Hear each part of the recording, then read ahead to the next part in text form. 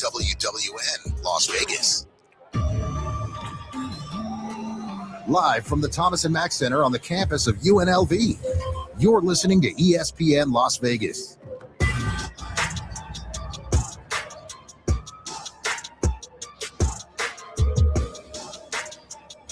All right, here we go on a Thursday, day one of the NBA Summer League. Familiar site for us on Cofield & Company because we're out here a lot during the fall and winter with UNLV basketball, but the NBA Summer League is back for the 22nd year.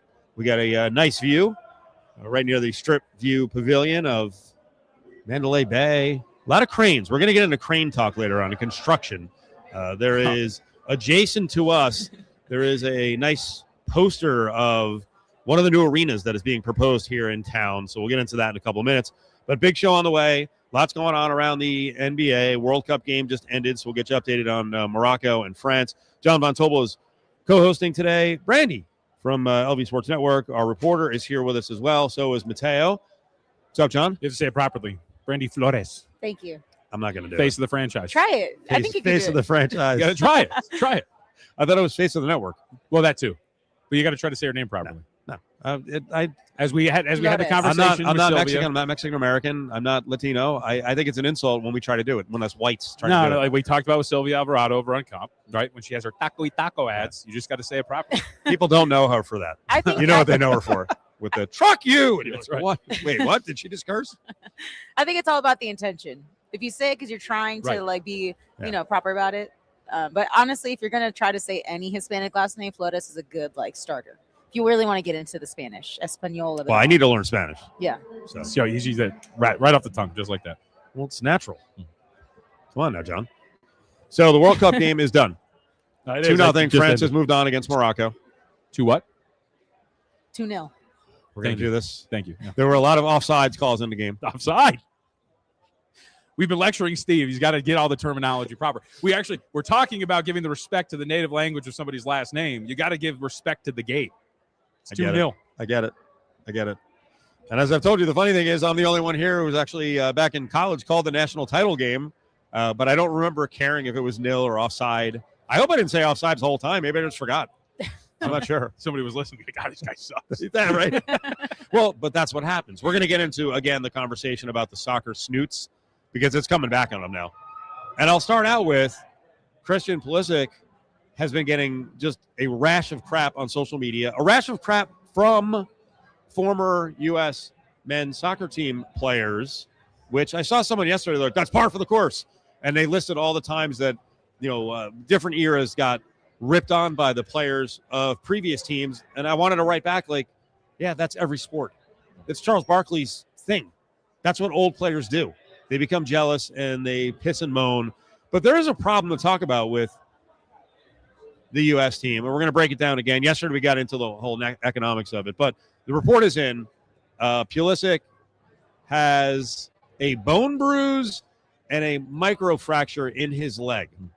What does that do for you guys when you see CP getting ripped left and right?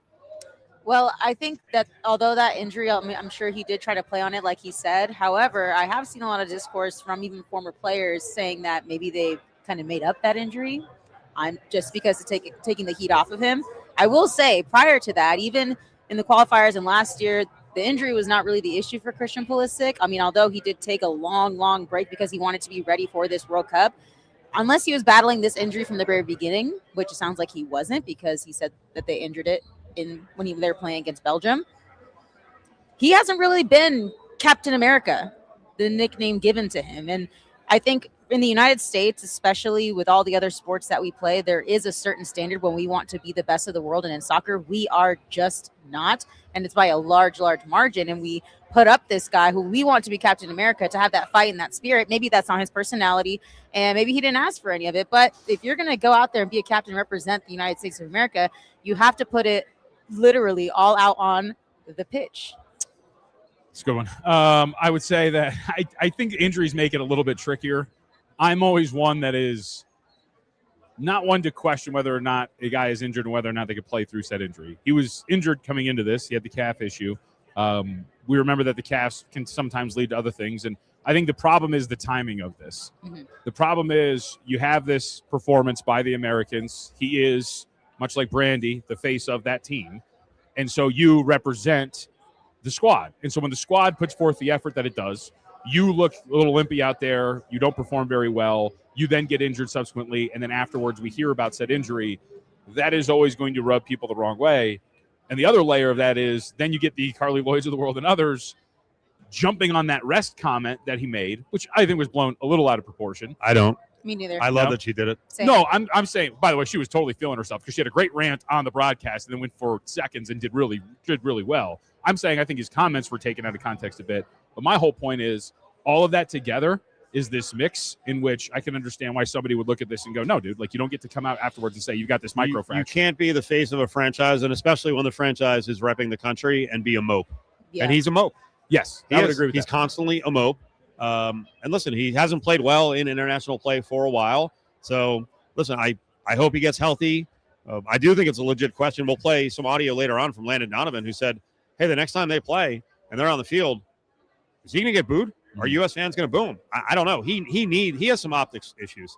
So he needs a PR team to get him out there and speak like an adult and be accountable. And it's the whole team. It's USA men's soccer. I was thinking last night, for you guys, what does the U.S. men's soccer team kind of remind you of? Do you have any parallels to like a team, an organization, a certain athlete? Because I have one that's like at a much lower level. Like the team as a whole. The team as a whole, it's the organization as a whole. I'll start with this. I've always found USA Soccer, the organization, to be, like I use the word, snooty, right? And I've dealt with them in the past. And I can remember, I have to look back at the year. I remember just dealing with them, trying to get an interview in Nashville, Tennessee, around a UFC event. I had seen that Tim Howard was a big UFC fan. Tim Howard actually played at a high school that I covered some 30 years ago. He was a pretty good basketball player. Well, now he's the U.S. men's national team goalkeeper. He's a guy who's a really good player in the Premier League. And it was like dealing with these people. It's just exclusive club with their noses up in the air. And a lot of it, to me, reminds me of like a really good parochial football team in high school. But they're in the middle of nowhere, and they dominate that area. And they're really good for that area. But, man, they really think they are something.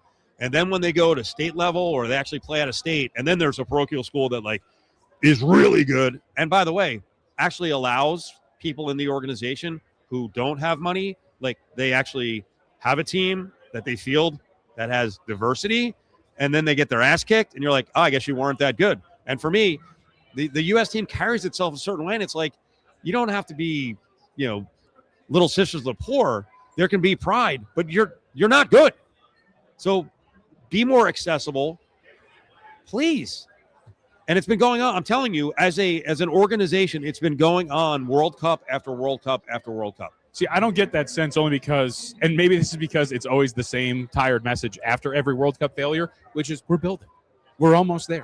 We're right on the cusp. Yeah. And so I don't. The other message is you don't know what you're talking about. Correct. Well, we might not, but you guys don't either. You're not breaking through. When is the breakthrough moment? It's supposed to be fixed every 4 years, and it doesn't happen. Well, so is it personnel? Is it access to more players?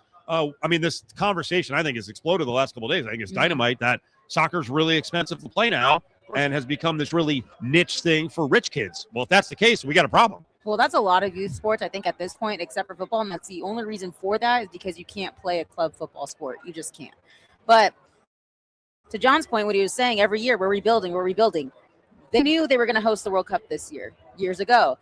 The rebuild was supposed to be for this. They are not going to get a much easier time in the World Cup. Every host country, for those who don't know, I'm sure it was very obvious as Canada, Mexico. Well, shout out Mexico. They actually overperformed, but we're not going to get into that because it's about the USA right now.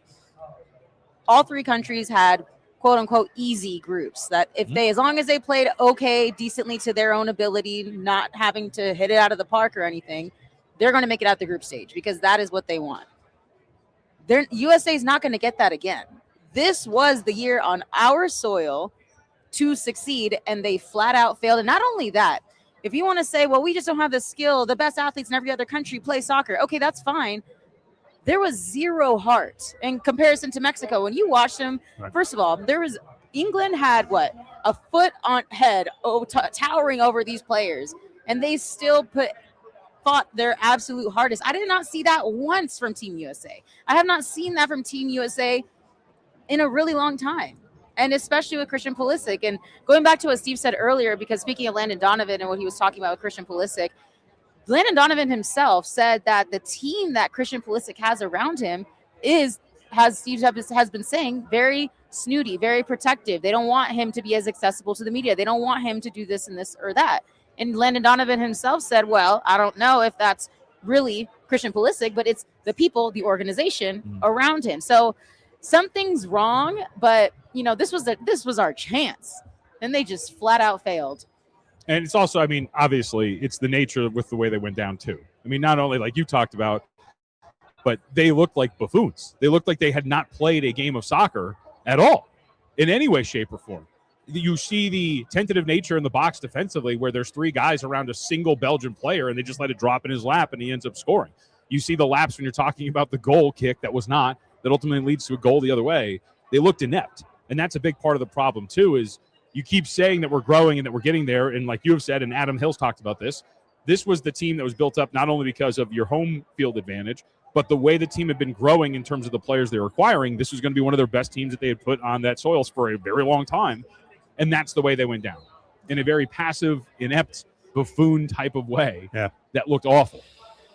By the way, my reference to that, I was looking up that conversation with Tim Howard. I got the conversation, and he was very nice. It was 17 years ago. Wow. They were UFC was in Nashville for like UFC. No, it was for a fight night with Condit and Campman, and there was a vibe around the team because they were staying at the same hotel, and it was like anyone who came near them, it was like we were going to attack them. Like, first of all, no one knows who the hell you are in the United States. Like, it's grated at me or on me for a long time, and I don't get it. I mean, we're out here at the NBA Summer League, and for the most part, the NBA is welcoming. They want to be here. They're excited to be here. They love Las Vegas. There's all these cool events going down. We're going to tell you more about the events as the day goes along and the week moves along. Brandy's here with us. We've got John Von Tobel, who's really good on the NBA as well, of course, from VSiN. What's the biggest story going into the Summer League? Is it the Summer League itself and some of the stars who may emerge? Is it the fact that NBA expansion is now moving to the forefront again because of the group yesterday, the Las Vegas Jacks? Or is LeBron still the biggest thing? Because he hasn't decided yet. Of those three, what's the biggest? I don't think it's LeBron. I think a lot of people are getting tired of it. We're just waiting for a decision, so everybody's just kind of whatever, that's fine. Out here locally, I do think it's probably the growing sense of expansion, or at least new names and new organizations, groups, I should say, putting their hat in the ring and saying, hey, we want to be a part of this. Bill Foley kind of getting the at least forward nature of that getting started. The basketball nerd in me says these guys are freaking awesome, and every single one of these players is going to be great to watch. But I do think locally you're probably a little bit more excited because what has this been the whole time? We've talked to Albert Hall about this. We've talked about this with a lot of different NBA folks. This has kind of been the testing ground for a really long time. This has been NBA's, hey, summer vacation. Everybody comes out here. We like being out here. The Summer League has kind of been that, and the ability to show what the NBA can get in terms of support. And now that it actually might happen for real, I think for sure it's expansion. And this is my first Summer League here. I mean, I got here at like 2:00. It is packed. I mean, looking up and down the concourse, the parking lot is completely packed here at UNLV Thomas and Mack Center, excuse me. And it's just the vibe of, I think, a lot of young kids being here. I think they're also excited to have their own NBA team where they can actually pick and choose and cheer on for the rest of their lives as long as they live here. So then on top of that, you mentioned seeing the future stars of the NBA. Mm-hmm. I think you have to be excited because this has always just been our thing. And look, as you know, it's a basketball town. There's a lot of support. When UNLV was in its heyday, everybody loves hoops. So you get this little taste of it during the summer once the season's over. But the fact that in, 2026, in 2 years, we might be watching a Vegas Jacks rookie play on this floor as we get ready for the next season. It did it on purpose. But that I think is something that is really tantalizing for a lot of folks out here. We'll come back and talk about that name. We'll talk about that ownership group and also get into the fact that, reality is we could have a team here in a couple of years. And I know the Summer League people are big on pitching like, hey, this is part of the tryout. Now, I don't think we're going to have like record low attendance and Silver's going to be like, sucks, they're out. I don't think that's going to be the case. We need to show out well. I think we will. If you don't have tickets, make sure you grab your tickets at unlvtickets.com. This thing goes all the way through July 19th. Got something to say? Hit us up on the Bay Law text line, 702-364-1100. Brought to you by Bay Law Injury Attorneys. Winning is no accident. Traffic is brought to you by Paul Pata Law. It's not about the injury, it's about So the for the recovery. audience, hey, Connor, you can see us down the line, right? On video? Yeah, I Okay. can see you guys. So just kind of keep an eye on me. Also, I live in Southbound. For the audience, at Eastern, radio and behind the 7 curtain. westbound There's a lot of at the times I airport don't connect. really, Traffic as was you brought see in to you by studio, I don't Paul really say Pata we're going to Law, break because I your don't want to. personal So you just gotta recovery pay attention. attorneys. Yeah, I'm just gonna kind of listen for So. any kind of cue and watch you. Nice job. I will try to give you a visual negligence, signal, but it don't might not fight the happen. insurance Thanks for companies tuning in, alone. everybody. Our Stick team around. of injury 2.5 hours on the way. That works. on your feet. Check us out at paulpatalaw.com. This summer, PT's Taverns are your home for the World Soccer Championship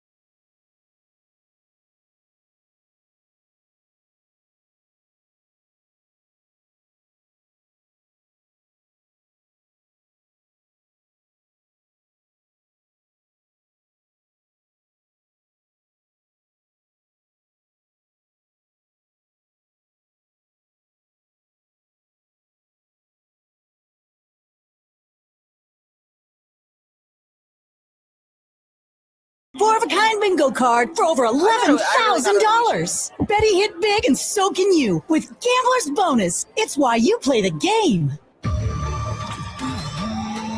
Live from the Thomas and Mack Center on the campus of UNLV. You're listening to ESPN Las Vegas. Don't forget, every day of this month, we're giving out a keyword of the day for the Lotus Summer of Fun, celebrating America 250. We're giving away a trip each week. This week's trip is to New York. If you don't want to go to New York, you can take the cash. The contest is brought to you by Terrible's Bay Law Injury Attorneys and, of course, ESPN Las Vegas. Keyword of the day that you need to text into 702-364-1100 is swim. Swim. 702-364-1100. Text in swim, and you're in the running for this week's trip, which is to New York City. JVT is here. Las Vegas Sports Network reporter Brandy Flores is here as well. It was zesty. What was? The way you said her last name. What do you mean? You put a little flair on you're it. You're very observant. That's right. Like a hawk over there.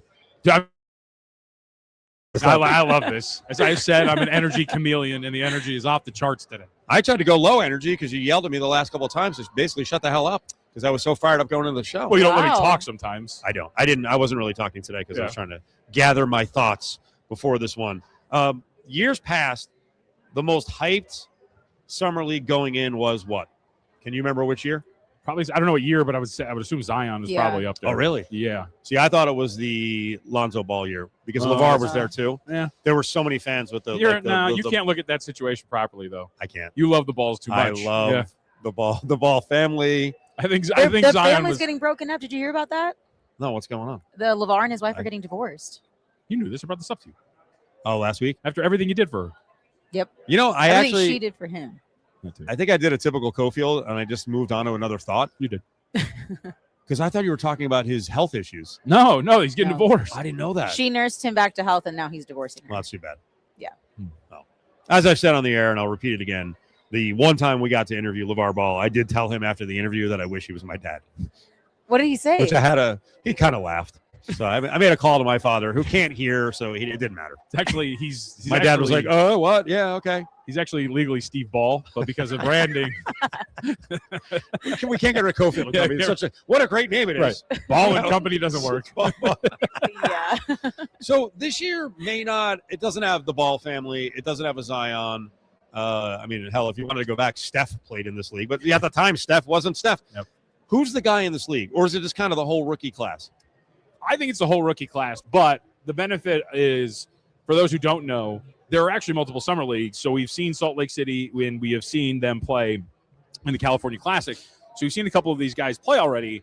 And I, for one, would say that right now, because he has not played, but his two counterparts at the top have, I think everybody's really looking forward to watching Darren Peterson out here. They obviously want to see AJ DeBonsa play him in the nightcap tonight or the second to last game. But also, Carlos Boozer's son looks really good. Cam Boozer, he looks fantastic. So I think if you like a hardcore fan, you've been paying attention to the California Classic and the Salt Lake Summer Leagues, I think a lot of people are really excited for the class as a whole. But I think a lot of people are looking forward to those two guys playing each other and playing just in general. I'm excited for the first ever Mexican-born draft pick in the first round, Karim Lopez. Mm-hmm. See, Lopez, you don't see like this. It's like almost like a S. Just we're gonna teach Steve Spanish one hit at a time. I'm excited to see a lot of skins in this area who are just to watch him. That's really great. I'm very, very excited to see him play personally because they're making us bigger. Sure. Well, they're making us bigger. They need that in the England game. But like to Brandy's point, though, too, because he plays for the Grizzlies. The Grizzlies have a really young and interesting team, and it speaks to the benefit of the Summer League in general. After the season you just had, if you're Memphis, you stunk, Jaw's gone, there's no hope. A month later, you've got Cam Boozer, you've got Karim Lopez, who looks like he's going to be really freaking good if it's perfectly with that team, and they've all of a sudden just rebuilt this young court like that, and you've got some excitement, and you get to watch them for the first time here before the season actually starts. Cam's dad did 16-9 over like 12 years in the NBA. Is Cam going to be better than that? Yeah, because he's also going to average like 5 or 6 assists. Really? You think he's like a point forward? Yeah, he's a legit stretch guy. I think he is. I think he is absolutely fantastic. There's a reason too why didn't he go number one? I think there's a couple of reasons. I think first off, it's what you like, right? The Wizards have their own thoughts, their flavors, what they want. It's hard to turn down a 6'8", 6'8.5" guardish type player who can create his own shot. You really need that in the NBA. And then, of course, you get Darren Peterson, who can be a ball-handling 6'7" point guard who I think could eventually turn into Cade Cunningham or Luka Doncic in the sense of just being a do-it-all type of guy for you that's going to lead your offense. The other day, he had 11 assists, if I remember correctly, in the Salt Lake City Summer League, somewhere in there. So he looks like he can be the real deal at the one spot. So I think that's why, right? Ball-handling guards are generally going to be, I think, more impactful for your team. But the analytics folks really love Boozer and what he can do in terms of stuff in the stat sheet and what he can do at all three levels. Coming up, I mentioned Brandy's here. Brandy covers the Aces. We got to get the inside dope on what happened with Kennedy Carter. She went from one of the favorites to be a comeback player of the year, the sixth woman of the year, to she is gone. She got waived. She got cut. And I still don't understand what the transaction was all about. The A's are on the road this weekend in the Windy City. And you could say it's a bit of a road trip here on the Las Vegas Sports Network, too. Friday's game coverage.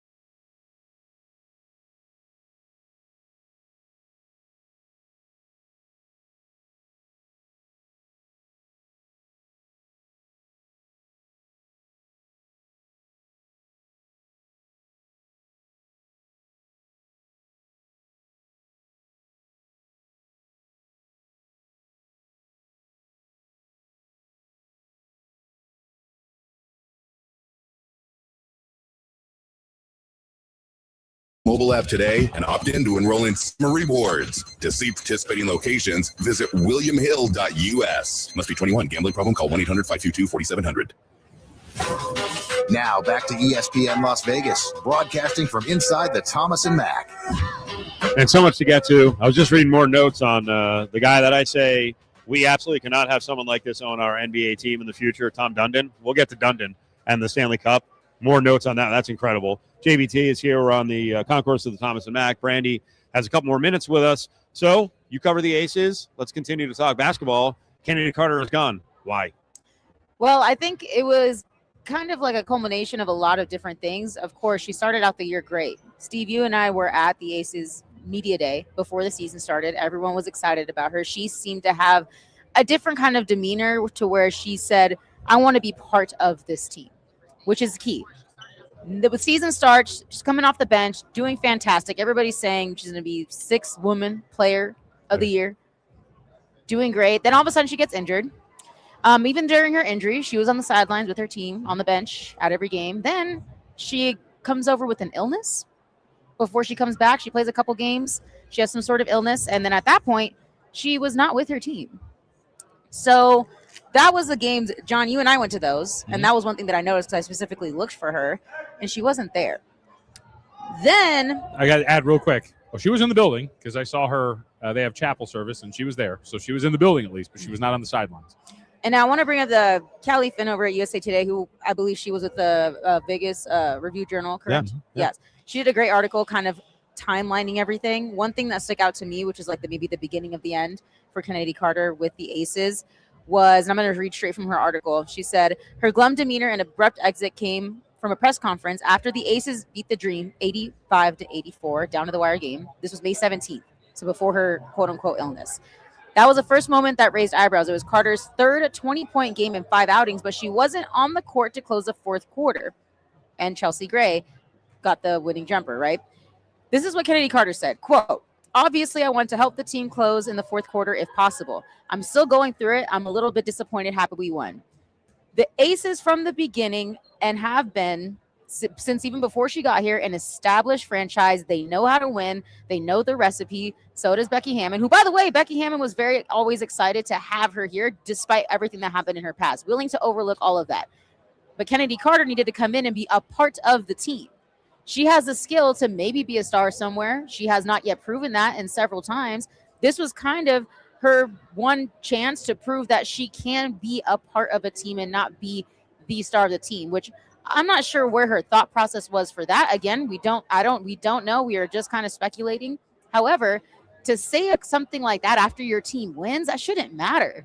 The goal is to win. And in a team sport, the goal is to win. And it sounds like she wasn't down for that. She wanted the star. She wanted all of that, which she could have gotten. I mean, she's not going to be Asia Wilson. She's not going to take over Chelsea Gray. None of that. Not even Jackie Young. But the fact that she could have solidified herself on this roster as a very, very, very important player coming off the bench, which could have probably got her an all-star nod.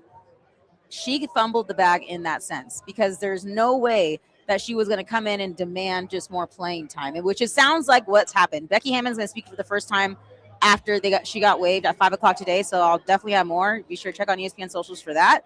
But it's just kind of a sad situation because I feel like this was all her own doing. I mean, I can't really speak to much. I haven't been around the team that much, but I will say, to your point, the talent was there, at least in terms of her fit and her impact. The weird part, too, is, I mean, look, she's got this history now. I mean, she's going from spot to spot to spot, despite showing that there is some production there. So this clearly is at her feet. Whatever's happening, it is on her to fix whatever issues are going on. And you see this all the time in different facets, whether it's art or whether it's sport. Sometimes people just can't get out of their own way. And it's actually, to an extent, now tragic is strong, but it is to an extent somewhat tragic because you could have been part of this. And by the way, the Aces, I think they need her. I think this is a flawed Aces group. They're not very good defensively. I think they've got some issues on that end. And look, in the WNBA, they're one of the top 3 teams. I think they're 3. They're going to be competitive for a championship. I think they need all hands on deck once they get to that postseason, especially if the Valkyries continue to do what they're doing. And for her to not only be willing to sacrifice her role and leave like this, but for the Aces to be willing to say, see you later, that's, I think, a very big deal. Yeah, I think there's a lot more that went on than even Callie wrote about, Yeah. but that's the WNBA, unfortunately. I thought her demeanor was weird at Media Day. I didn't think she was happy. She seemed kind of glum. You mentioned you're an energy chameleon. She is an energy vampire. You know who she reminds me of? At a much lower level is Devontae Adams, because I don't think Devontae Adams is really that happy winning. He's happy if he gets 14 targets and 9 catches. You saw it on that reality show, Sure. Right? He sucks the energy out of the room. And John Gruden's the one who came up with energy vampire. He wasn't talking about, because he wasn't around when Devontae Adams. I'm trying to think who it was. It wasn't Derek Carr, but it was. I'll remember at some point. But there are just players who, no matter what they do, especially in basketball, all they want to do is score. Well, if you don't want to play defense and you don't want to be a good teammate and at least be upbeat a little bit, then they don't want you around. And this was the time now. Deadline was coming up to fully guarantee the contract. So I think it's a great move by the Aces, and I think it's going to prove out to be the correct move because I don't think anyone else is picking her. I mean, she's good enough, so we'll if a team is desperate enough, missing that one piece. What bad team is going to risk bringing her in to ruin chemistry further? What team that has good young players? The Chicago Sky. Well, that's the problem. It didn't work, right? Right, I mean, that's the other thing. This league's amazing. People get mad that the casual media covers the drama in the league, but the league presents the drama all the time. Yeah. Skylar Diggins isn't happy now. Now she's complaining. Well, I think that's more of like an issue with that franchise in particular versus like a player. But I mean, well, funny enough, Tyler Marsh came from the Aces. And I don't think he's a terrible coach, but he can't straighten things out. They got rid of Angel Reese, and they still haven't straightened it out. I just that There's a listen. lot. The Aces are a great organization. They are very VGK like because none of this came out. So I really admire them that they kept it under wraps. It didn't turn into drama. The only little bit of drama was the stuff up on social media, the leash thing. I think they made the right move, but I don't have much hope. And I feel bad saying this because she's an amazing talent. I don't have much hope that Kennedy Carter is going to get it anytime soon. Well, it's funny that you say at the media day how she was kind of glum. I think that that I didn't see that because when she did answer, I think that's maybe her personality. She's just not an excited personality. Also, you got to remember that was her first ever press conference as a member of a WNBA I didn't think team. anyone else had much to say at that media day. I'll tell you, my recollection of the media day was I was like, is no one going to cover the biggest story here? A lady who was banned from the league, essentially, who played in China last year, is an amazing talent. They are taking a chance on this person. I was going to call her miscreant. I don't know what she's like away from the court, but they're taking a chance. And like, no one thought it was a story. Like, this is a big freaking story. Now, they didn't take the risk and then ruin the organization. That's why they're great. That's why they're smart. Yeah. So, well, I think too, especially like you mentioned, like the Chicago Sky. Sometimes if you can't just fix or put a Band-Aid over a franchise that is completely broken. Anybody who's come from the Chicago. yeah, but here's the thing, Brian. Not to catch up. Diggins has done this everywhere. Like, I wanted to take Diggins' side with Diana Taurasi. Diana Taurasi wanted to punch her in the face. Like, there was a whole thing down there. There's a thing in Seattle. It's just like, and this isn't a female thing because guys do this too in basketball. There are great basketball players who have had nothing careers compared to what they should have, who can fill the basket, but that's not what it's all about. Well, I think when you're talking franchises, I wasn't talking about Skylar Diggins in particular. There's a lot of issues within the Chicago franchise in general. Players who have come from there, when they do the polls and they ask players, that there is a lot of big issues amongst that franchise, and the Aces have it figured out because from top to bottom, everything is run like a smooth machine. That's why they are so successful. Judged by the company you keep. JVT says, I saw Supergirl over the weekend. Yeah, I liked it. But the movie was enjoyable. It was fun. I liked it. If I ever do that, I went to go see the movie alone, which is another thing I'm starting to do more. I enjoyed the experience. I was very hungover and finally got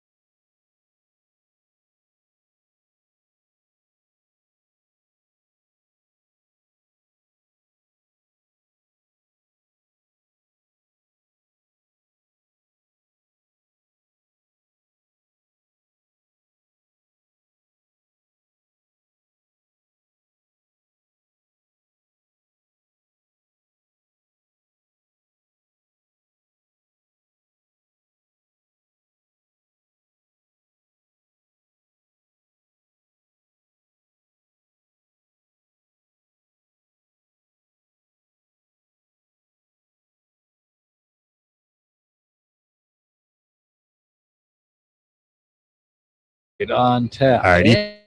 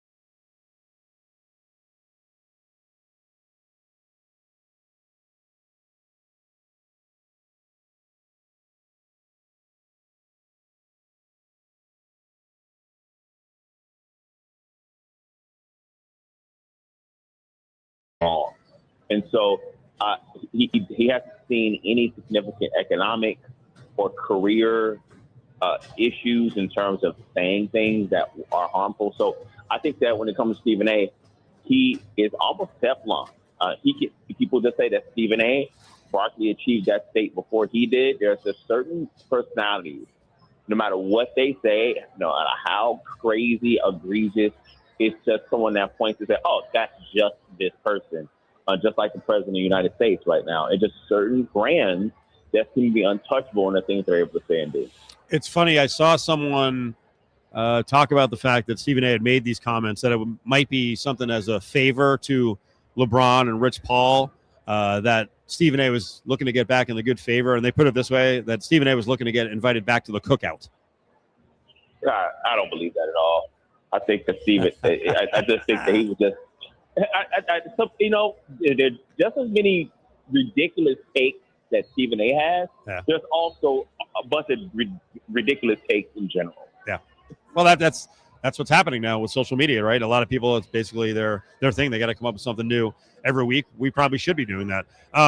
So speaking of cookouts, clunky transition, but I know you were talking recently about baked beans, and I love baked beans. Yeah. We've actually had some discussions about baked beans, some different recipes, but the thing that you brought up was that you couldn't remember how to make your Foster Mom's baked beans until you remembered the smell, and then it's kind of that whole thing about how food, and we're going to get to movies, but how food sometimes can be nostalgic. Yeah, it can be. I mean, and it's also interesting how the sense of smell is so powerful. Is that I was trying to recreate it just in general, like, okay, well, maybe she put this in and maybe she put that. I was guessing. And then one day I just thought about how it smelled coming out of the oven. And right away, I'm thinking about it right now. The whole scene comes into play. I know exactly what to put in. I remember watching her, and then I remember what ingredients to use. And then I'm at this proponent of putting beer in my baked beans. And I'm going to say right now, one of the best decisions I've ever made is to put beer in baked beans. So on the nostalgia thing, I'm guessing, I know the people who do the show with me look at me sometimes when I mention the TV shows and movies I watch, because I watch a lot of old stuff. And I also watch a lot of it with an eye on like, hey, that was what it was like then. and what it meant. And there's a lot of cultural stuff. What's the show I always bring up? Like, a good one is people look back and go, you know, back in my day, I'd watch Gunsmoke and they didn't have all these woke messages. And I watch Gunsmoke and I'm like, these writers are unbelievable. They're covering stories and issues of the day and race and religion. But I think, I don't know if people didn't process it. You watched a movie recently, which is one of my favorite movies. And you noticed that it was much different watching Rocky IV now than when you first watched it. Yeah, because when Rocky IV was out, remember it was the whole Cold War. And so we as Americans were, you know, we had to do the fire drills, the emergency drill, the disaster drills from a nuclear holocaust. And so we were all pro-USA in that time. And you were able to see how the politics were impacted by that time, a lot of pro-USA messaging at the time. But really what I looked at it, I just saw a black man who was a showboat, who didn't practically train for the fight, who then he's singing and dancing. And then the guy who's trained kills him. And then another guy, white guy, who's Rocky, he winds up saving the day. And this is what America is supposed to be like. And I just think that it showed a really terrible side of how athletes, black athletes, really have been seen for many years in sports, being showboats, not being in certain stereotypes. And it hit me weird when I was a kid. It hits me even more weird now. So I have to add to this really quickly, and I will say that, Xavier, I watched Rocky for the first time, the first one, probably like 3 or 4 years ago. That movie sucked. It was boring, and also he was a troubling character. He harassed what's-her-face, Adrian, at the pet shop every day until she agreed out of pity to be with him. She's a victim of Stockholm Syndrome. That little girl that he harasses in the alley, and he calls her, I think, a lady of the night, to use the proper term. He sucked. The character was terrible. But to your point, everybody who's like over 60 is like, he's one of the greatest rooting bull characters ever. I thought he was terrible. Yeah, I think that sometimes you can look at it. That's a great. I mean, wow! I wasn't expecting that. That was excellent, because there are a lot of different movies you can go back and look and say, "Oh, wait a minute! If that was now, that would be some unacceptable behavior." That's him on an individual level, but I think that what Apollo Creed representing something that was just beyond just the character, but black athletes in general and how they're perceived and how. And then so I thought that was a bigger issue that I had. This is great too. So think about this. Xavier Pope was with us. We're at the NBA Summer League. There is, I'm not going to say, well, the qualities you're putting on from this movie on some black athletes, I think people did with Darren Peterson, who was a number 2 pick in this draft. And there's a lot of questions about Darren Peterson because he didn't play a lot. He was hurt. All the mystery illnesses, like, is his hammy really jacked up? There's some pressure on him. And by the way, EP, I will point out, though, that a lot of the people who are smashing Darren Peterson as kind of being lazy and unprepared and not driven were former players in the NBA who are also African-American. That's another great point, though. I think that there's something to be said about how other older players feel about younger generational players, and they're always criticizing the game, and they're also always criticizing the benefits they have, NIL, being able to these marketing deals, being able to make more money, and not, in their opinion, be as talented as some of them once were, or the whole thing against analytics and the issue about that. So I think that there is still also a rift, particularly in the NBA more than any other sport, between how older athletes once saw the game, the toughness, and the changing of the game that's played to now. We saw some of that criticism on Wemby in the finals. Yeah. I think there was actually the other day, there was a old highlight. Well, you could call it a highlight clip. It was of Joe Johnson. I can't remember who it was, but it's just putting up mid-range jumpers, and they're all just getting back iron. It was awful. It was just going back to like old basketball. But all right, so what I'm curious, because I think with Steve, we were talking about this, Xavier. I kind of think that the summer league is also this weird representation of like the future and growth and excitement, because I brought up the Grizzlies. The Grizzlies are a team that if you watch them and you're a fan, your season was awful. 3 weeks later, you've got Cam Boozer. You've got a bunch of young guys that are exciting, and they're going to be fantastic. This is also a big moment of hope. Like, what fascinates you about the growth of this league overall? Because this is what this league represents in Summer League. Well, Summer League, I think, is really, really great now, even more than before, because it's more content. It's more things that you could watch on television, not necessarily in terms of what it does for the teams themselves, because you're going to watch the teams to beat, some teams are going to win, some teams are going to lose. You just care, it extends the amount of things that you could put a commercial to that can fatten the contract of the sport. And so, that's what made the WNBA a popular league now when it wasn't before. It was the content. And I feel that the more things you can put a camera around and to record, the more valuable leagues become, the more valuable contracts become for players, and the more valuable the sport becomes. Xavier Pope's up on Cofield and Company, ESPN Las Vegas. Moving on to the WNBA, and we were just talking about hot shots like Stephen A. Smith. They got to come up with something, troll every week. It feels like there are politicians that want to be performative and kind of stay away from actually doing things and having people concentrate on real issues. Did you see this group of lawmakers who have called on the WNBA to look into, let's investigate what's going on here with the physicality in the league pertaining to Caitlin Clark, though? Yeah, I think that's absurd. But we see absurd bills that are introduced every year in Congress. I think we don't really talk enough about the absurd things that are proposed by some of our government officials. And so this is just one of those things. It just happens to be sports related. We had other issues involved with NIL and how contracts are structured in various sports. So there's always going to be a lawmaker that is seeking to win political points by their social standpoint. But it's really weird that you have people who could care less about women at all.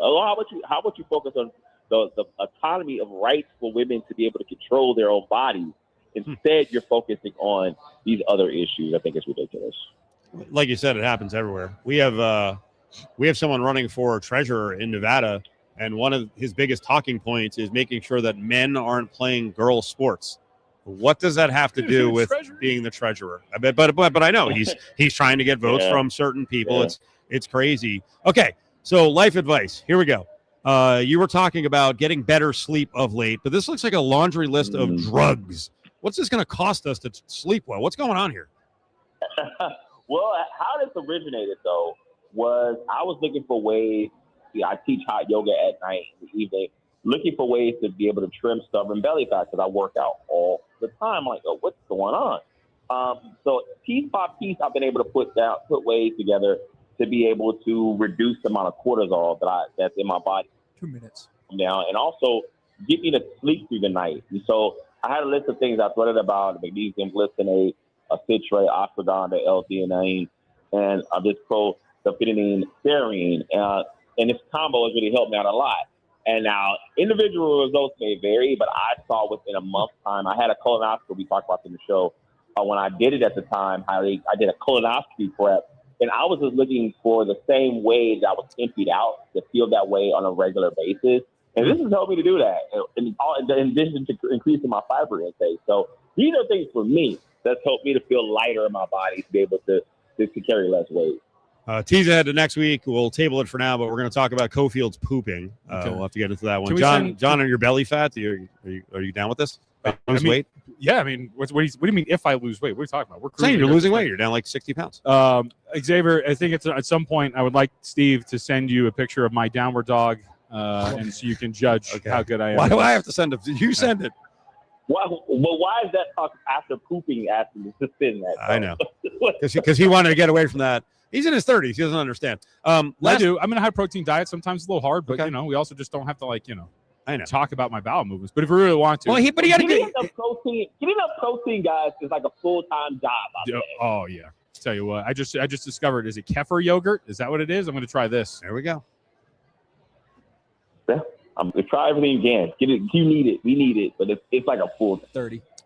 Last 15 seconds, I'm going to say I was very proud of Carly Lloyd for stepping up and going after Christian Pulisic. Xavier knows that Carly Lloyd, of course, played collegiate soccer at Rutgers, so very well-educated young lady. And she delivered the message. Yep. You're rooting for Holland, aren't you? We got 10 seconds. 10 seconds. What you just basically said, the guy. I'm sorry, you're rooting for Norway. Not that guy. What you said? That guy's amazing. He's a cyborg. Speaking of Rocky IV, he looks like Ivan Drago. EP, we'll see you, buddy. Love you. Love you guys. HVAC techs, contractors, and DIYers. McFadden Industrial Hardware has the tools, parts, and supplies to power your next project. Open early and stocked with everything you need. Stop by South Decatur near Russell. McFadden Industrial Hardware. Fast, easy, and built for the pros. I was in a wreck. I need a check. I was in a wreck. I need a check. I was in a wreck. I need a check. After an accident, you don't want another headache dealing with the insurance companies. Let us get you all the money you deserve. Call 877-1500. That's 877-1500. Road is the way to go. Call 877-1500. 877-1500. Randy Westbrook Managing Attorney. Terribles Gaming is turning your play into a summer payday during 100 Days of Summer. May 1st through August 8th, Terribles Gaming is paying out 5 winners of $500 in free play every single day. And every Friday, one lucky winner will be awarded an all-expense-paid dream vacation. Play for your chance to win at any Terribles, Terribles Market, Albertsons, or Vaughn's near you. Terribles Gaming, the most convenient way to play, and now vacay. Visit Terribles.com for details. Must be 21 years or older with a valid Terribles Gaming player's card. The Rebel football season will kick off again in week 0 as the Rebels will host the Memphis Tigers of the American Conference. Coming back 15. At Allegiant Stadium. We'll have all your Miss Rebel a show? games. Check out lvsportsnetwork.com for everything ESPN Las Vegas, 1100 AM and 100.9 FM, KWWN Las Vegas. It's Cofield and Company on ESPN Las Vegas and ESPN Reno.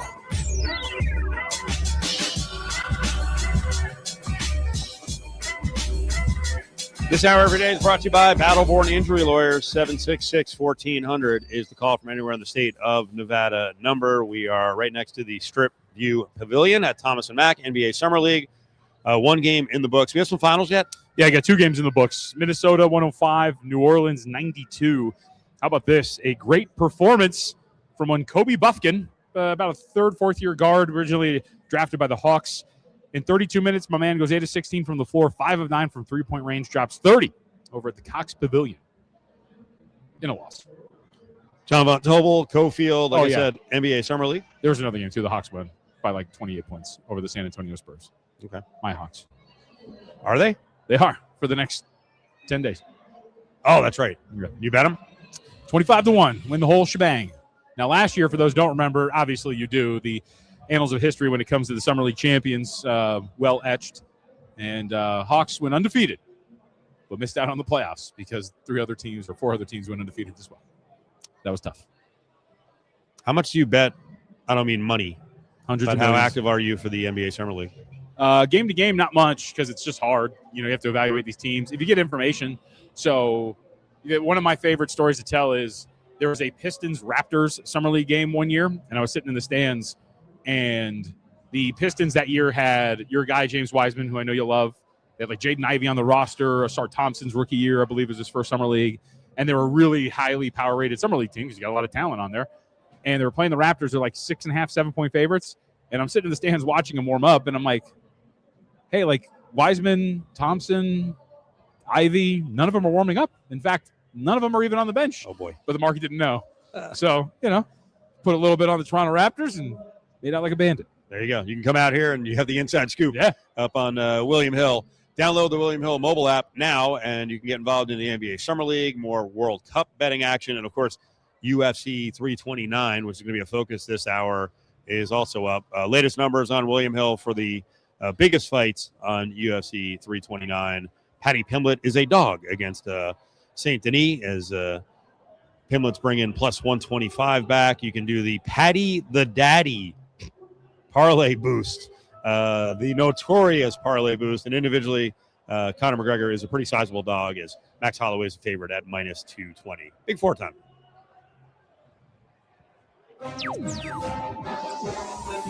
Battleborn Injury Lawyers presents the Big 4 at 4. Number 4. Should I be an internet troll and go at a couple of Raleigh-Durham radio hosts who called me a troll because I was going so hard at Tom Dundon, the Canes owner? Because I told you, and now you're seeing it, dumbasses. You don't, by the way, just because your local team is doing well doesn't mean you have to swallow your pride or your tongue or hold your tongue and not talk about the owner. I mean, maybe their access would be limited. I don't know. But all I did for 2 weeks was tell you, Tom Dundon ain't a great guy. The Evil Empire is not VGK. It's Tom Dundon who owns the Canes. I tried to tell you repeatedly, he also owns the Blazers. Watch what's going to happen with the Blazers. They've been a mess for a couple of weeks. They wound up, going the cheapest possible route and a weird contract for their head coach. And now what has Tom Dundon done to Lord Stanley's Cup? What are you talking about? He's done the perfectly normal thing that everybody should do, which is before any single player is named, he etched not only his name, but those of every single one of his family members' names upon Stanley's Cup, including a child who is currently in preschool, I believe. I am amazed. And to your point, 7 Dundons on the cup ahead of anyone in the organization, including the guy who was trying to back in that whole rant, and that was Rod Brindamore. Rod the Bod. Rod the Pod's making $2 million, while Bruce Cassidy's making $4.5 million to sit out. I'm going to tell you this right now, because this is what bothers me. To your point about stick to your guns, all these hockey purists, all of these nerds that were so gatekeepy about their damn sport, and all of these celebrations and normal things you're supposed to do, the tradition around the Stanley Cup final, you should be pissed.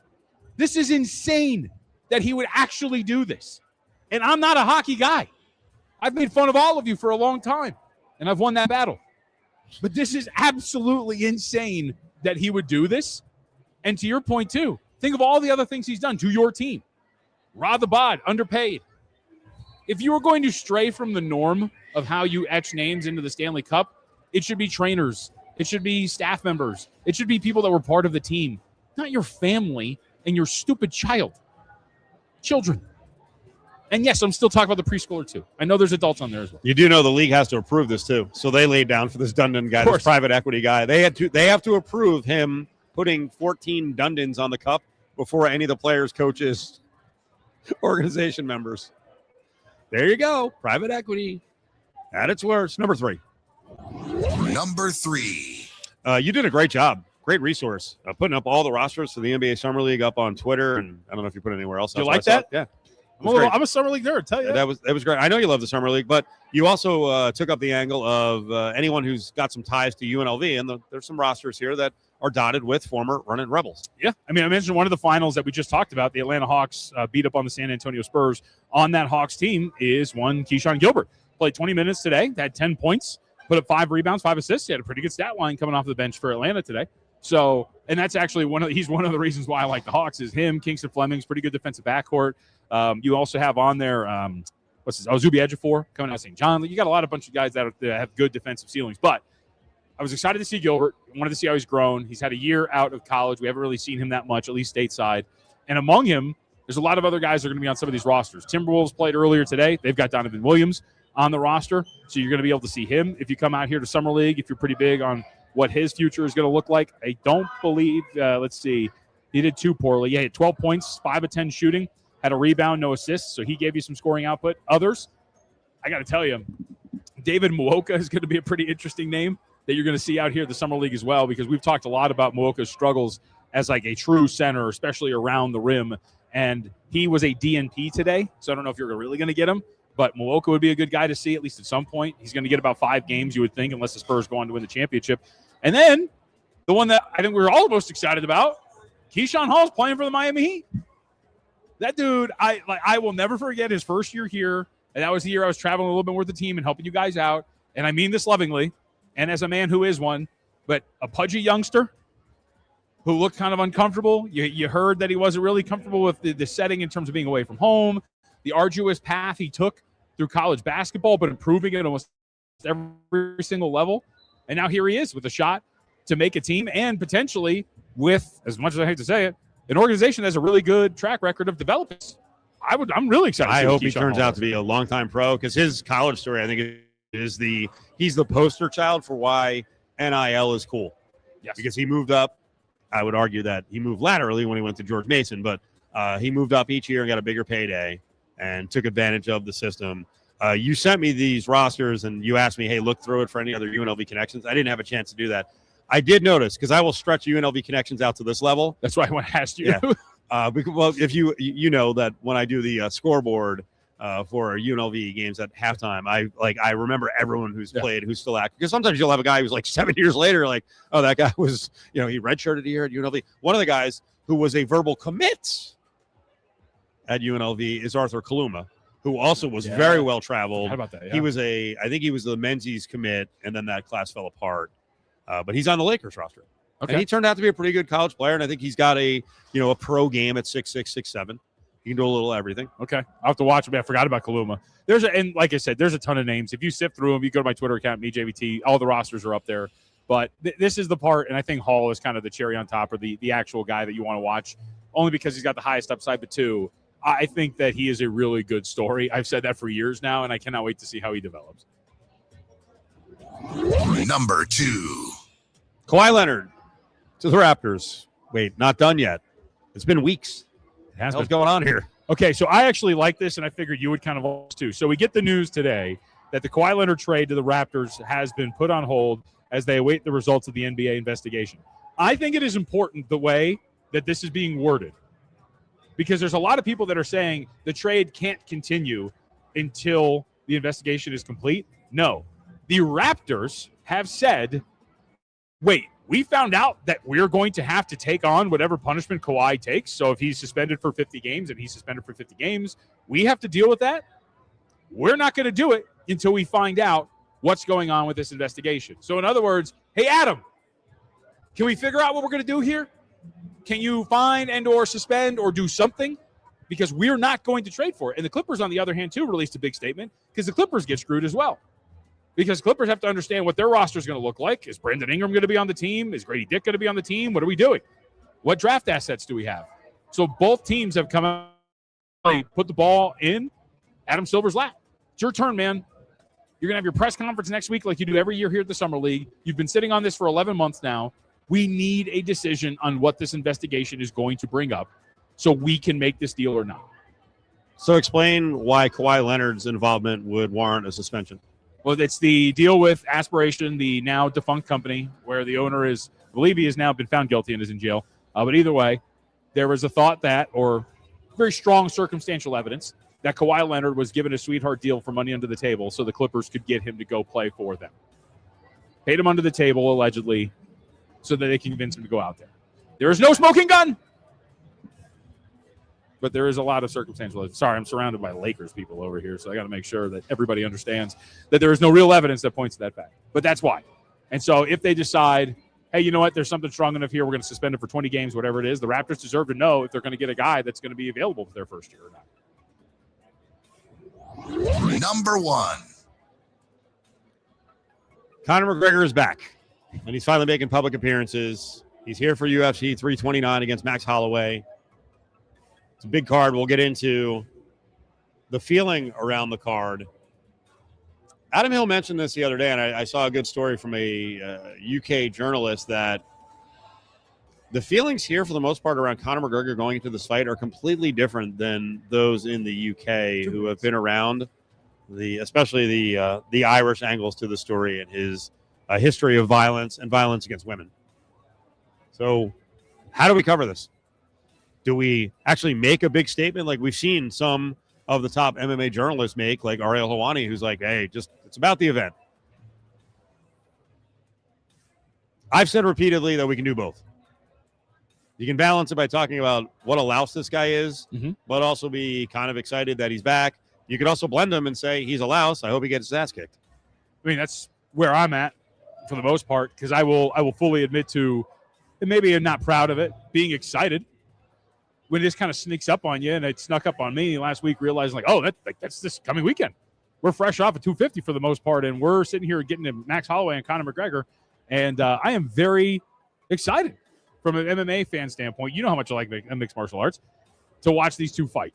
And sometimes Conor, every once in a while, will, lace a fastball in the corner, and you'll be like, oh, he's still got it every once in a while. A punch or just a sassy statement? The wit. He's one of the best promoters in the history of fight sport. Saw a couple of moments this week. But it is interesting you said this one snuck up on you. How is that possible? I don't know. I'll be honest with you, I don't know. And it made me think of the conversation we've had before about just the excitement kind of draining away from these cards and not really being because there's so many of them. So you kind of get numb to how many there are. I mean, simply said, they don't promote like they used to, and that's fine. Listen, they're making their money. If they feel like, hey, the promotion only needs like the last 4 days to make it effective and it still works, they got their money too. This isn't a pay-per-view deal anymore. That's not the model. They got their money. So a little more on Conor McGregor coming back.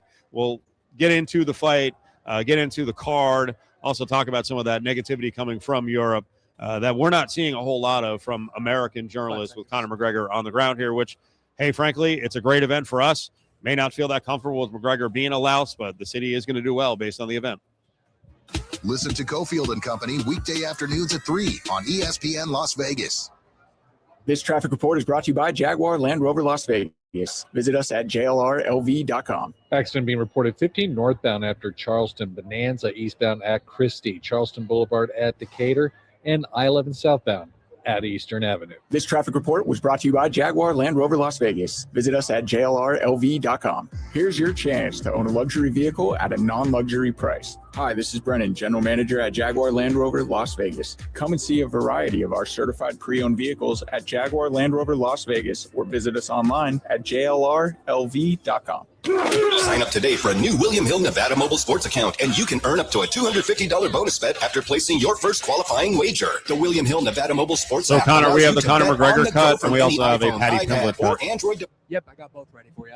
Sign up today and you will never miss another bet. With the largest wagering menu, the mobile sports app features same-game parlays, early cash out, and live in-play wagering on all major sports. For more information, official rules, and to see participating sign-up locations, visit williamhill.us. Must be 21. Gambling problem? Call 1-800-GAMBLER. And the match is about to begin. Most of the team is out with COVID-19, so there'll be some substitutes tonight. What's this? We have an unexpected guest on the field. It's a dog. Well, they could do with extra players. She's going for the ball. Our front paws, hands or feet.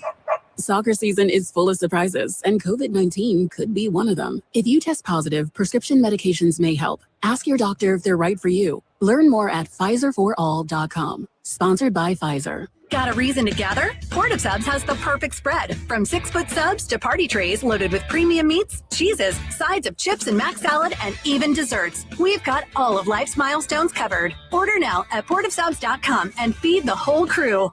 Car crash? Got road rash? Muddy.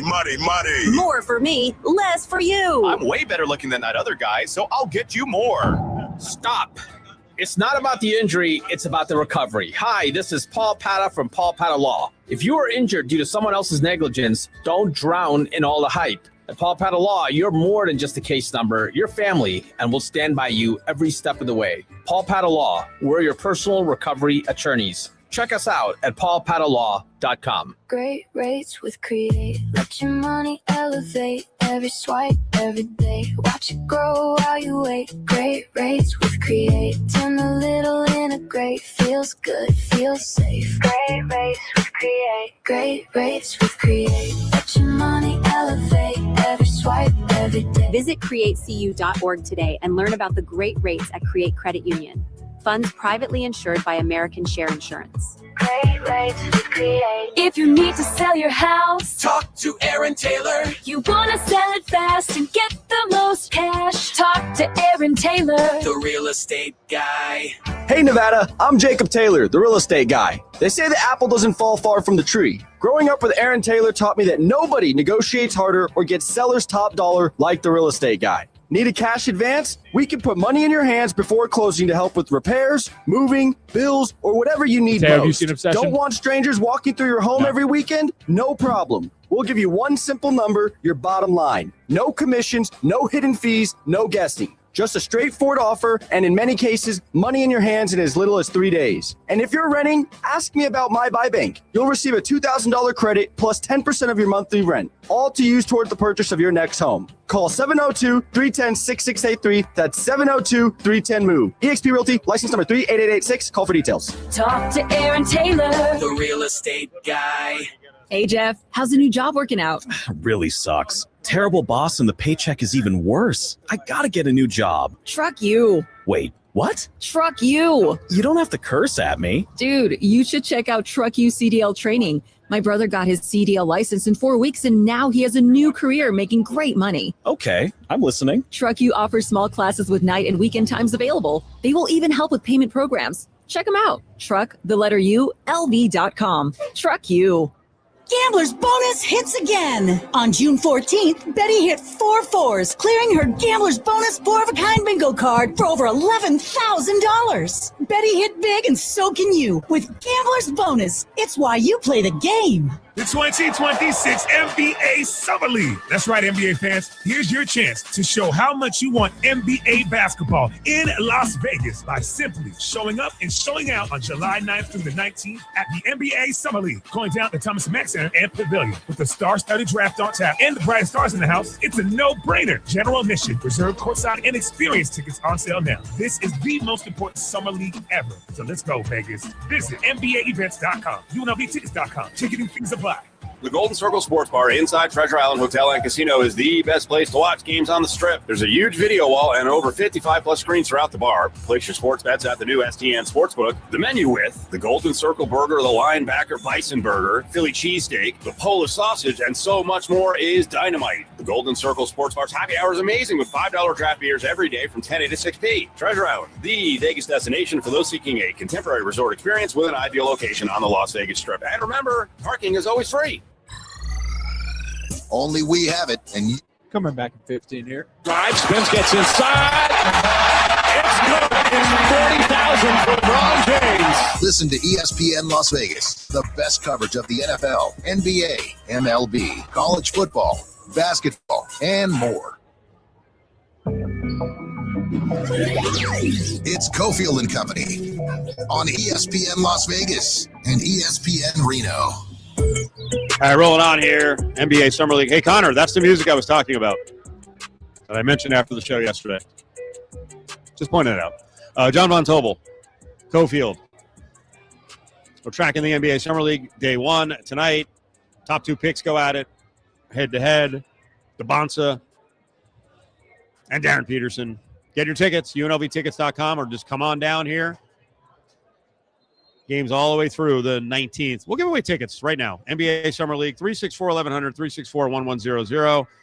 Goes through the 19th. These are good for any day moving forward. Connor's going to hook you up. Caller 7, 364-1100, 364-1100 with NBA Summer League tickets. I don't think we're going to get UFC 329 tickets. If we were going to get them, it would be very last minute. I think that the event is going to do well. It's very high price right now.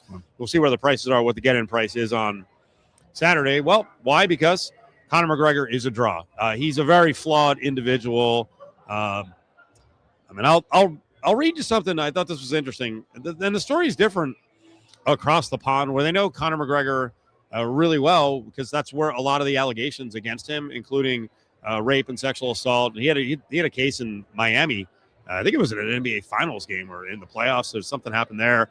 But he's had a litany of charges, and he was convicted in a civil trial and had to pay over millions and millions of dollars to an Irish woman. He's also a guy who has really enjoyed his fame, right? And his wealth. And while Floyd Mayweather has done the same thing, I'm not saying Floyd's a perfect individual and has never gotten in trouble.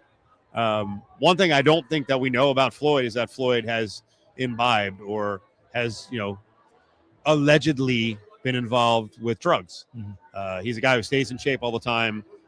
This is these guys, the words of this guy, Ant Evans, who used to work for the UFC. He's a Brit. He tweeted about the fight itself and what McGregor has left in the tank, because that's the big question. What does the guy have when he's been away for 4 years? He's had lots of injuries. People started to finally crack the code. He wrote, McGregor's been on a 5-year bender of drink and drugs. He said, with the lost generation of the 80s heavyweights in boxing, very talented fighters can be completely undone by drugs and partying. McGregor can probably still hit very hard, at least in round 1 and 2. And Max's chin has seen better days. But McGregor, well, this is a line, huh? And these are his words, not mine. But McGregor left his own punch resistance in a bag of Coke years ago. Hello. I mean, and his gas tank wasn't incredible at the beginning when he was at his peak, too. And we saw that kind of decline as it went along. As after this long break, it's probably going to be pretty bad, I would assume, as well. So I'm with that. Look, he's not a good guy in really any sense of the word at all. He has not shown anything outside of what you're talking about with the rape and sexual assault allegations, the assault of the old man in the pub, everything that we have seen from him. He is a pretty despicable. You were going to use the word miscreant when we were talking about Kennedy Carter. I think Conor McGregor's a miscreant, 100%. But to answer your question, no, I don't think people are going to care. Here they don't. No, because he's incredibly charming. He's engaging. His lines around a fight are great. I kind of laugh at what he's talking about. People are asking him questions about future fights and if he'll give this guy a fight and that guy a fight. Hey, brother, you got to win this fight. Yeah, you're giving people fights. Now I understand he's the link to potential big money for an opponent, but if you don't win fights, it's hard to keep having you out there and promoting you. And this sport, like every 5-year increment of this sport, I feel like it advances like 50 years. Mm-hmm. It's like dog years. Yeah, in terms of the skill level. He was talking about some of the Russian fighters. First of all, he's busting chops about Nurmagomedov, who destroyed him. Yeah. And he's like, he's done nothing for the sport. He's not active. Like, but you didn't beat him. And then he actually has come up with a whole formula as to, well, he's actually, what Ant said here about drinking and drugging, McGregor's actually using it as part of a defense. McGregor basically said, hey, before the Khabib fight that he really wasn't, focused and taking things seriously because of all the other activities. Mm-hmm. So he admits to that. Now, maybe he's going to have some grand comeback in his, latter 30s. He's always had power. So to Ant Evans' point, he may be able to knock out Conor McGregor. I checked that. Max Holloway. And would that be good for the sport? It probably would. Mm-hmm. It probably would. If he could come back and fight 2 or 3 more times, it'd be great for the sport. I don't have any confidence that he's going to come back and be anything but a shell of himself. To your point, he has lost 3 out of his last 4 bouts, and he has been submitted. He has been finished in all 3 of them. He has not really been there at all in terms of the competitive nature in those fights too. And you can only do so much. And the only win over that stretch is when he was served up Donald Cerrone on a silver platter. So you can only use charisma so much. People do have to have a legitimate reason to want to watch you and expect that you could win a fight. And that has not been the case so far. But he still got it every once in a while with the entertainment value. Give us a little Conor McGregor here as he was at the presser yesterday. I plan to contort Max's body into such uncomfortable positions and have my way with him. That's it. What? Okay, okay. It's a great line. It got awkward. If we actually use this as a fight breakdown comment, what is he talking about? He's going to contort what? He doesn't. That's not what he does. Yeah, he's going to wrestle. He might knock him out and put him in, some weird position. Can you imagine if that's his change? After 5 years, he just has nothing left, so he's just going to come out and be a pure wrestler. I can't even describe the submission that happened. I think it was 2 fight cards ago. It was like the Sulawov stretch. You got to look up a picture of it. Like that was contorting a body where the guy who was losing, I think it was Charles Johnson. The guy was losing, like I don't even know how his leg got to where it was. It was just like he was twisted into a human pretzel. I don't think Conor's going to do that. But there's just questions that McGregor fighting on this card bring up. And a lot of it's about where the sport is now. And clearly it's pretty healthy. They got a massive deal from Paramount, $7.7 billion. The model has changed, so they're not doing pay-per-view. If McGregor wins the fight and does so in spectacular fashion, and it has a call out, and that could mean another fight that could bring in, millions of eyeballs and most importantly, subscriptions for Paramount Plus. Do you think it would change the direction of where Dana White and TKO have been going? Because where they've been going is the brand is the most important thing. Volume of fights is the most important thing. Stars and giving out big paydays to Conor McGregor and John Jones and, developing a superstar at heavyweight like Tom Aspinall and paying him, that's not that important anymore. Mm-hmm. Could this reignite the flame where there's someone at TKO who's like, I forgot what this was like. We can make a lot of money off this. Let's start building some real stars. And if we got to pay them a little bit more, if they got to make $10, $20, $30 million in UFC and MMA, we're going to do it. Build is the key term. Who would you build up? Who would you use? Because your stars right now are a little bit further along in their career. Probably the one you could go to would be Paddy Pimblett. if you're really going to steer into that. Now, the fighters have to do their part. They have to win fights. Sean O'Malley potentially could be another one that you build up as a character that you want to make into a star. The first thing I would do in the short term is bring all the heavyweights back and make fights. Of course. If they could stay healthy over the next 2 years, they've got heavyweights who are in and out of the organization. They're fighting with Tom Aspinall because now he's got Eddie Hearn alongside him as his manager, basically claiming that he faked an injury against Cyril Gahn. Gahn is clearly still in the mix because he had a nice victory. I actually still believe that Pereira can be a guy in an elite mix at heavyweight. John Jones is sidelined right now, and a lot of it is because of pay, and he's also a kind of a crackpot. So he and Dana White, are oil and water. Francis Ngannou is outside the organization. By the way, they did do something I think is really smart, and that is start to mine the American heavyweight wrestling area again. Gable Stevenson is on this card making his debut. I'm super fired up about that, but I just named 8 guys. And as those guys get better and you want to build them, they're going to demand more money. And if it turns into this pissing match all the time about money, then basically we're just boxing. Well, and as you have pointed out, when you talk about the dog years of mixed martial arts and how the skill develops, a lot of those guys you mentioned are really skilled heavyweights. It's not just big fat guys rolling around out there and doing nothing. They would put on some very good fights. They're high-level combatants. The other thing is having this whole crew of former Soviet Union nation fighters who are mostly wrestlers. They're well-rounded, but they're mostly wrestlers. They can't promote here in the United States because they don't speak English, and I'm not trying to be xenophobic, but that is part of it, but they come at a cheaper price. So going with that model, how do you make stars? Yeah. And then when you have one, Nurmagomedov, because they're also very unique in a lot of these former Soviet cultures, he's just like, yeah, I'm done. I'm 32. I made enough money. I'm sure that, the government there is treating him well. I'm done. Oh, we just lost that guy. Now, my answer to if Conor McGregor blows up, even if he has a couple more fights here, I don't think it's going to change their model. Their model is their model. Now, the funny thing is on the boxing side, they know to compete in boxing, they do have to spend tens of millions of dollars because they have competitors. So, hey, you want to do a Tyson Fury, Anthony Joshua fight, and you want to go to Turkey Al Sheikh?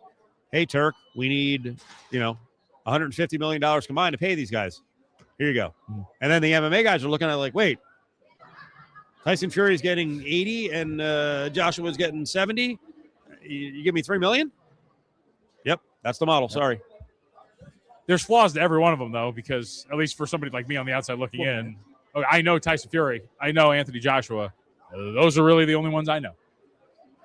But they're not developing anyone either. Not at all, and that's what I mean. They are not. They might have that model in terms of cash. Once those guys go, I cannot tell you the next level of boxer coming up that is going to interest me to watch anything. But it is kind of amazing for a guy who was pretty into UFC and MMA, and you like to bet it. If I ask you now, 5 years after you were so fired up about it, who are the biggest stars of UFC today? You have a tough time coming up with the names. Oh, yeah, for sure. I know a couple off the top of my head, but they're mostly even the Gaethjes of the world and whatnot. They're up there. I show my age all the time. I got to look up all the former Soviet fighters. I have to look up their names a lot of times. I can't. That's just ignorant on my part. But also, there's not a whole lot to remember. Got to be out there. They got to fight more. Let's go. Beat the heat with some cool cash for betting sports on the Hey, Connor, I'm pretty much good with a countdown at 10. That's all I need.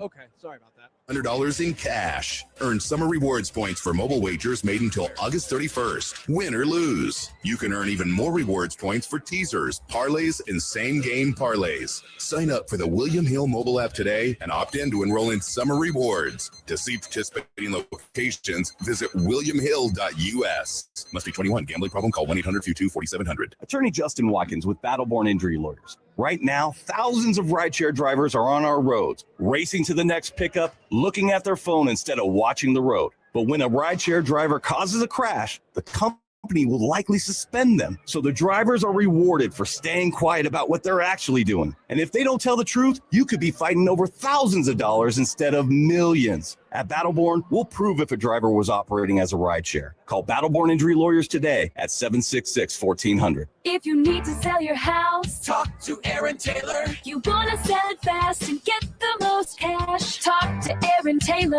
the real estate guy. Hey, Nevada, it's Aaron Taylor, the real estate guy. Let's have some fun, people. When it's time to sell, nobody negotiates harder or gets you top dollar like the real estate guy. Need a cash advance? We can put money in your hands before closing to help you with repairs, moving, bills. Don't want strangers walking through your home every weekend? Who does? We'll give you one simple number, your bottom line. No commissions, no hidden fees, no guessing, just a straightforward offer. And in many cases, people, money in your hands in as little as 3 days. For more than 30 years, the Real Estate Guy team has been one of Nevada's most trusted names in real estate. Over 8,000 families helped, more than $2 billion sold. So call the Real Estate Guy today, 702-310-6683. That's 702-310-MOVE. eXp Realty license number 38886. Call for details. talk to Aaron Taylor. The real estate guy. Everyone's so friendly here at Centennial Subaru. Can't walk 10 steps without a belly rub. They feed me snacks, and they even feed humans. Only thing bad I can say is they really like those guys on 2 wheels. This is why we bring our humans here. Go north, US 95 and Ann Road, Centennial Subaru, a short drive from everywhere.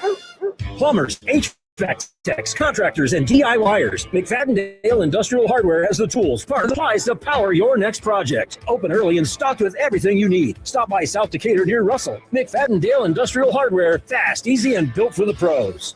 My name is Whitney Allen, and I'm a widow. My husband, Ryan, died. We never thought we'd ever have to use life insurance, but the unexpected happened. With Ethos, signing up was fast and 100% online. You can get a quote in seconds, apply in minutes, and get same-day coverage. No medical exams, and you can get up to $3 million worth of 10 seconds. Grateful we were prepared. Get your free quote at ethos.com/play. That's ethos.com/play. Paid spokesperson. Time spent on application may vary. Online health questions required.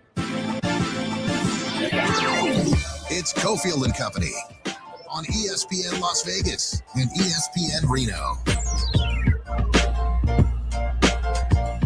Ankalaev, Shemaev, Pavlovich, Sarukian. I wanted to differentiate a little bit on some of the former Soviet bloc fighters who UFC is building much of their brand around. We got a big card in town. We'll hit this again because I want to hit Pimlet, and I wanted to talk about Gable Stevenson later in the show, who William Hill is a minus 3,000 favorite as he makes his debut. So he better not lose. Although we've seen sometimes in debuts, especially when you're making a transition, early on in your career, he's only got 3 pro fights. Yep. Sometimes upsets happen. Upsets have not been happening in the world of the A's. They've been a dog a lot. It's time for our A's spotlight here on this Thursday. Man, they have fallen apart. Yeah, they have. 1-9 in their last 10 games. They have been absolutely wrecked here as of late. They lose again yesterday, 6-1 to the Tigers, who, by the way, have turned things on really well as we get closer to the All-Star break. But they've lost 5 straight. And the last time we were together, we were talking about them buying. But every time we've talked about it, the message has become a little less strong because their record gets worse. And now you're at a point where you're 10 games under 500. You have teams in the race for the American League wild card that are starting to really take form and look a lot better. I mentioned the Tigers, who have won 10 out of their last 11 games or somewhere in that range. They're 20-12 in their last 32 for sure.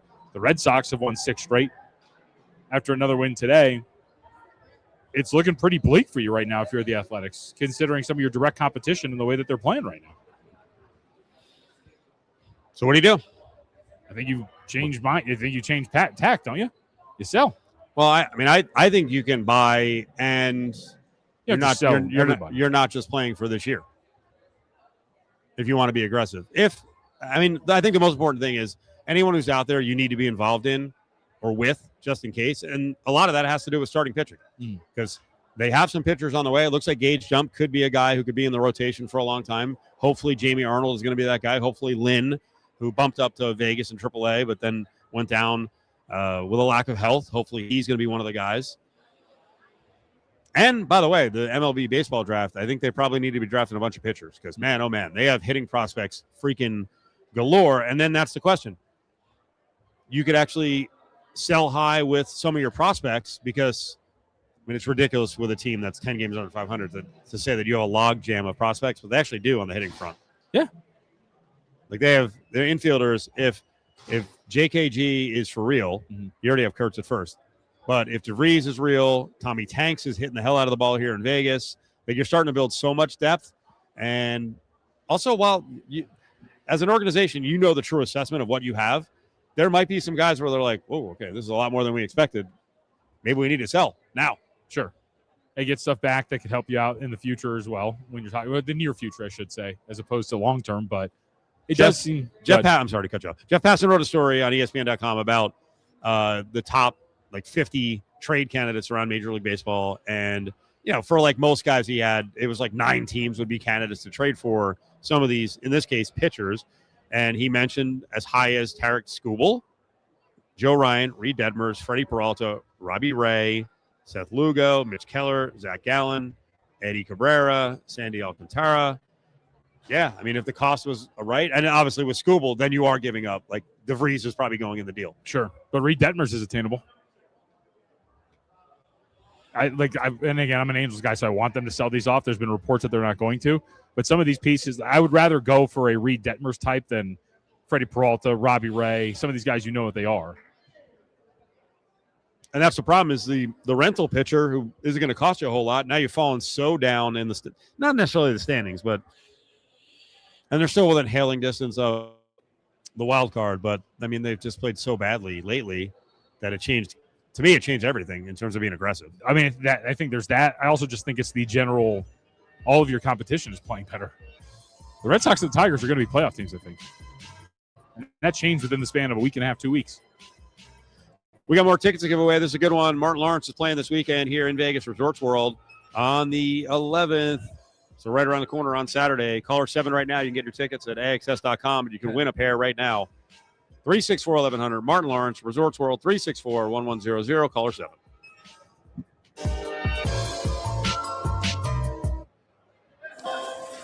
You wouldn't put your life savings into a slot machine, so why keep it at a big bank where every month can feel like a gamble?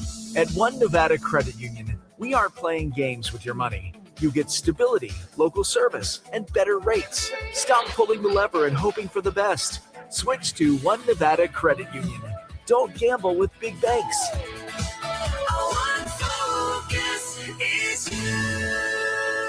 Federally insured by NCUA. Good morning. Vegas is built on service. Your lights on, please. 3 shifts a day. All right, let's do this. As your morning begins. It's showtime. We have a lot to talk about live on the program for the next 3 hours. To do our part, News 3 Today delivers Las Vegas stories that shape your community. Just in some breaking news on the economic front. So, whether it's late breaking, news, bumper to bumper, avoid using flamingo, or clearing skies, no showers anticipated. It's News 3 Today. Hey, this is Lisa Stofan. Heard the Mark Patrick weight loss hypnosis hype? Well, I attended because my father stopped smoking with hypnosis. Hypnosis eliminated my desire for soda and fast food, made me want to exercise, and I lost 60 pounds in 6 months. My energy level exploded. I went to another session to deal with some other problem foods, and I lost another 10 pounds. In fact, I brought my husband. He lost weight. More important, cholesterol and blood pressure improved. My friend went, and she lost 20 pounds in the first 2 months. So does Mark Patrick hypnosis work? Oh yeah, it works. Nothing has changed my life more. Well, except maybe my husband. He's so proud of me, makes me cry. Oh, wow, that's incredible. So what are you waiting for? Join Mark Patrick Hypnosis and lose the weight or stop smoking or your money back, only $59.99. That's right, weight loss hypnosis, Sunday, July 12th at the Santa Fe Station Hotel and Casino in Las Vegas at 11 a.m. Registration at 10:30. Stop smoking hypnosis at 2 p.m. with registration at 1:30. Sign up at markpatrickseminars.com. Vegas, are you ready? Your Las Vegas Rockers are storming back into the Orleans Arena this Saturday night for a showdown that you will not want to miss. Watch the Rockers battle the Utah Great Eights in a night of hard hits, high-flying touchdowns, and non-stop arena football mayhem. The lights will be bright, the crowd will be loud, and the energy will be pure Vegas. Tickets start at just $30 plus fees. Get yours now at LasVegasRockers.com. Bring your friends, bring the family, and bring the noise. This Saturday night for Las Vegas Rockers football. I'm attorney Paul Powell. If you've been in an accident, who do you call? The funny lawyer? The angry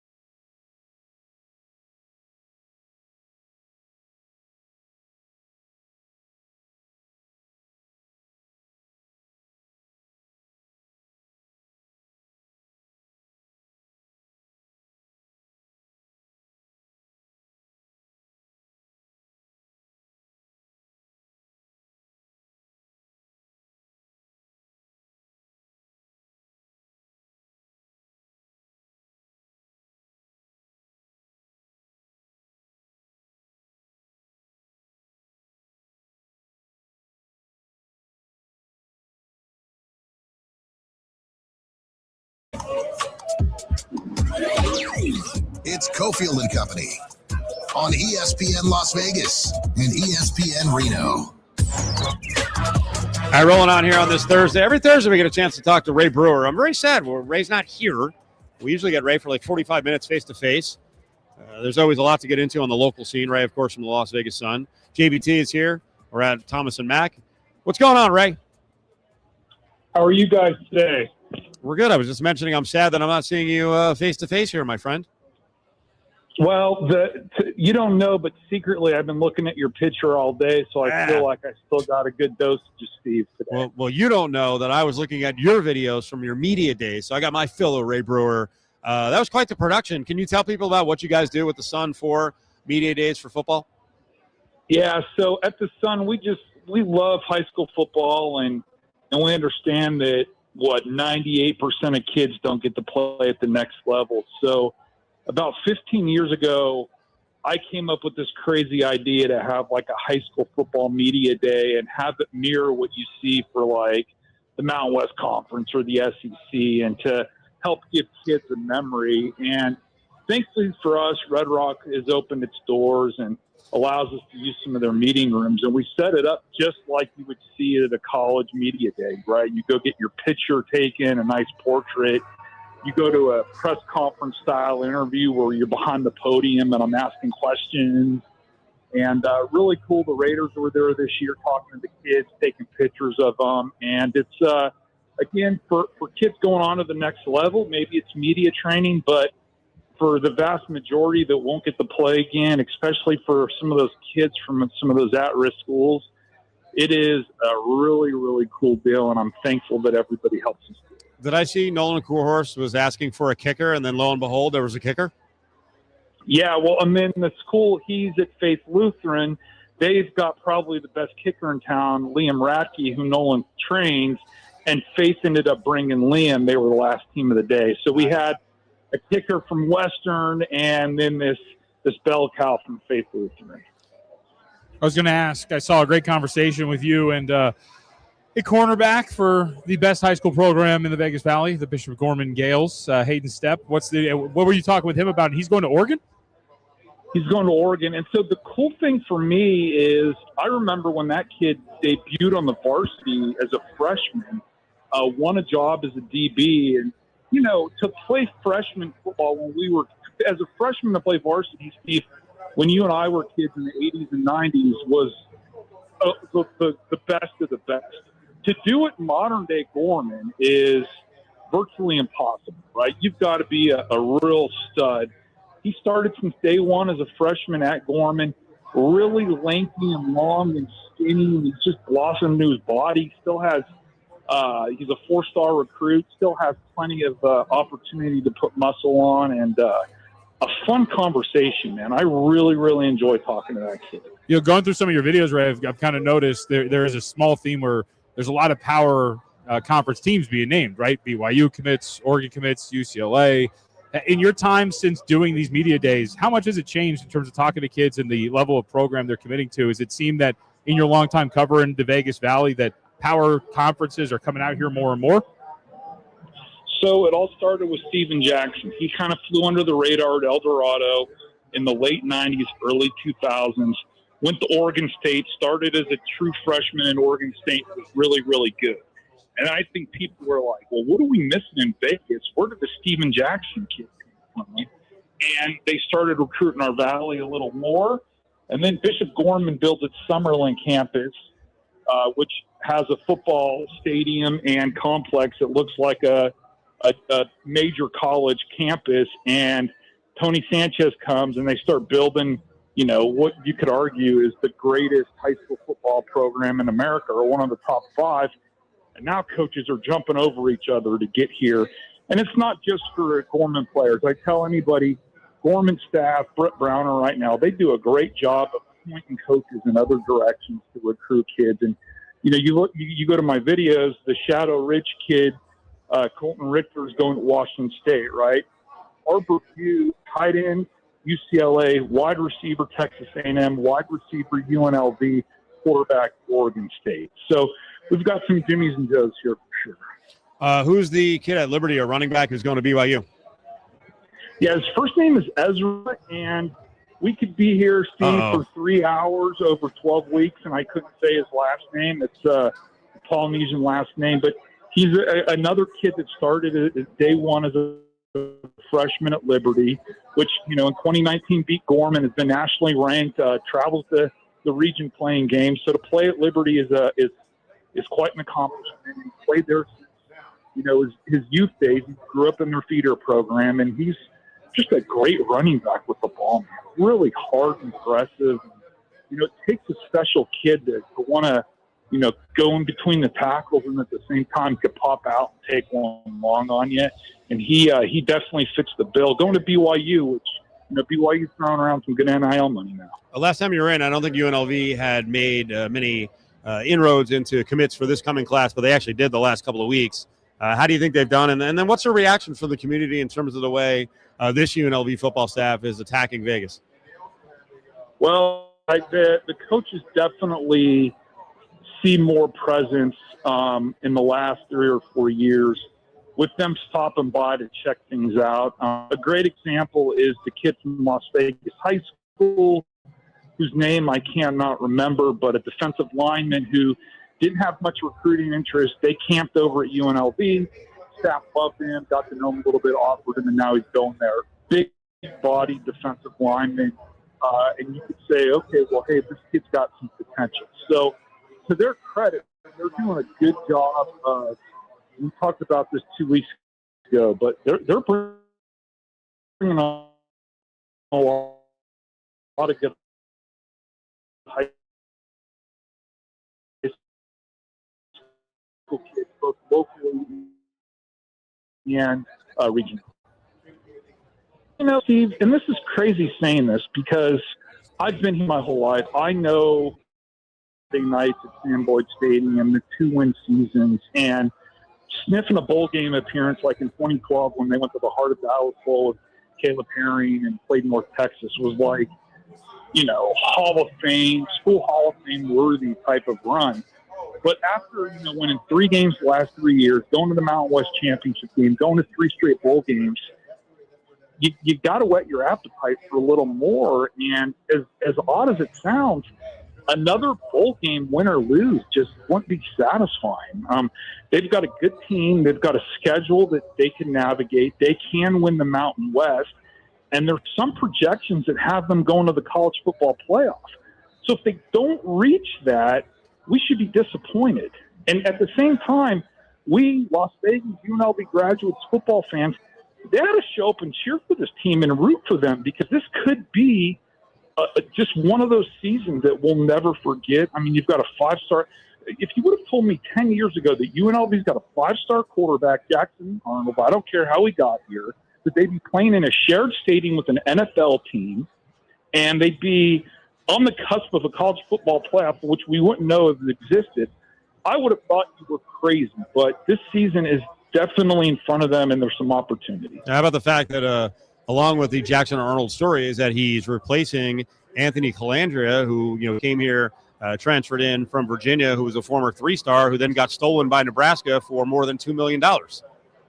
Yeah, there you go. Right. It's a bizarro world. If you were in a coma for 10 years and you woke up, you would, and saw those headlines in Las Vegas Sun, Steve, you would have definitely been confused. Well, it's been one of those things, and a lot of places say this, sleeping giant, they can get there. Why can't they win? And, these coaches along the way have all had their part in building things. And now Mullen being here is an absolute freaking coup. I don't know if I want to use the word push back. I think it's great having expectations of making the college football playoff. I just do not want fans early in the season against what I think is a really tough non-con schedule, also dotted with a trip to Hawaii. If they come out of the gates and lose a game or two, to be like, sucks, season's a failure, like, relax. Yeah, and you're right. What are they on the road, like 4 of the first 5 Saturdays, give or take? And it's not like they're going down to L.A., right? They're going to Hawaii. They're going into Ohio. They're going into Texas. And there's so many unknowns, not to mention once the season gets going, they have to go to New Mexico, who outclassed them last year. And hey, Ray, Ray, they also have Cal here with a infusion of money and a potential NFL quarterback. Cal's really Correct. good, which is great. It's here. I think to build on it too, though, it is really important for those Memphis and Cal games for UNLV fans, but especially casuals. Show up, see the stadium. You haven't been there. It's hard to go to Raiders games. It's pricey. This is big time football. Get out and support them. Absolutely, man. I mean, dude, imagine going to a pro stadium for, and I don't know what tickets are to UNLV games, but $20 or $30 to go to a college football game. And we're not talking about UNLV Idaho State or UNLV against whomever they played the last time you were there when they were in the PCAA and Pacific and Long Beach still had teams. We're talking about a team that's on that's in contention, that has a legitimate opportunity to be playing in a college football playoff game. One projection I saw had them at Georgia, which I think will be absolutely hilarious. Wow. Ray Brewer, Las Vegas Sun, is with us. All right, we got 2 minutes left, and this will be a longer conversation down the road, but you are a former soccer player in high school. You had great success with Shap. I don't know that you grew up rich. There's this whole discussion with the USA men's soccer team that soccer has become very exclusionary and that middle income and lower income kids are shut out from the game. What's your take? I mean, you know a lot about youth sports. Has soccer become just ridiculous for families to afford? Yeah, well, everybody needs to go check out the downtown Las Vegas Soccer Club, hosted by my guy Roger Tabor, who is the main booster of the UNLV Foundation for Soccer.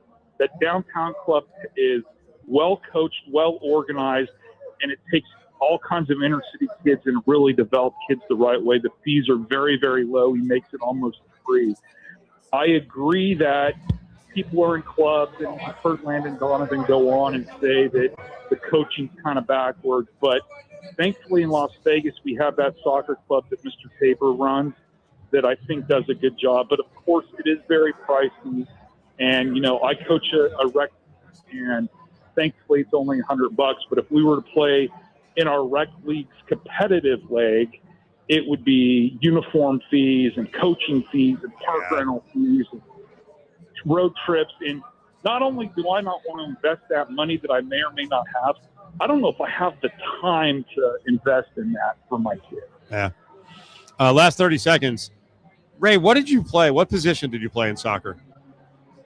So in high school, I was a defensive midfielder, and in club I played sweeper. I like the sweeper, yeah. Nice. Well, we got into it yesterday, and we only have a couple seconds left. Adam Hill was pointing out, and again, these are generalities, that our defense for the U.S. team sucks because kids don't want to play defense. And I was like, I played defense. I love playing defense. Now, I wasn't great, but I beat the hell out of people, ran them down. Like, I like playing defense.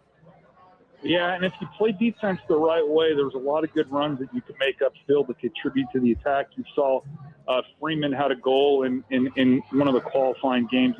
He's a backer for USA Soccer, who, after the first game, they win 4-1. We think, the U.S. has a chance to win. Everybody's all in. Everybody can't. We're so happy. And then they have a crappy game to close off, and now we're all down on USA. Yep. All right, Ray, we're up against it. We'll see you in a couple weeks, buddy. Las Vegas Sun, everybody, check it out. Yeah, I didn't even care when I was playing defense about making good runs. I just wanted to hit people, tackle them, kind of be dirty, just F up the glamour players. Let's go. The Golden Circle Sports Bar inside Treasure Island is the ultimate spot to catch all your favorite sports on huge video walls. 55-plus TVs offering ideal views from every seat. Gourmet comfort foods, craft beers on tap, and all your favorite beverages. Plus, Treasure Island is the only place on the Strip with free parking. Everyone's so friendly here at Centennial Subaru. Can't walk 10 steps without a belly rub. They feed me snacks, and they even feed humans. Only thing bad I can say is they really like those guys on two wheels. This is why we bring our humans here. Go north, US 95 and Ann Road. Centennial Subaru, a short drive from everywhere.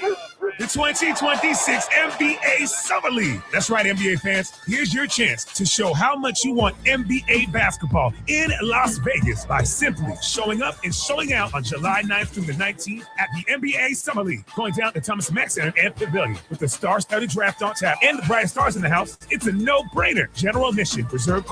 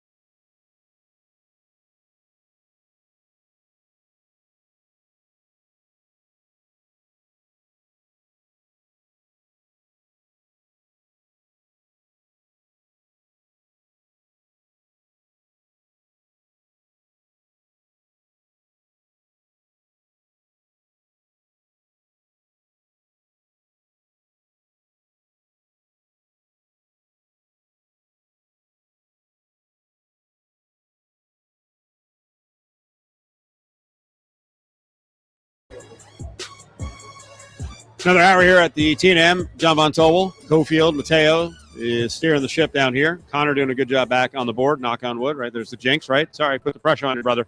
A lot to get to this hour. A lot more NBA news, notes, ownership talk. Las Vegas Jacks. Love the name.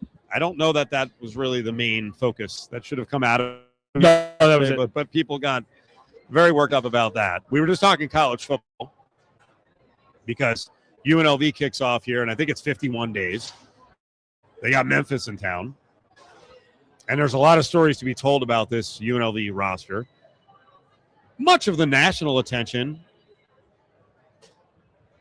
is going to be reserved for Jackson Arnold, the quarterback who's in from Oklahoma and Auburn, was a former top 10 quarterback in his class.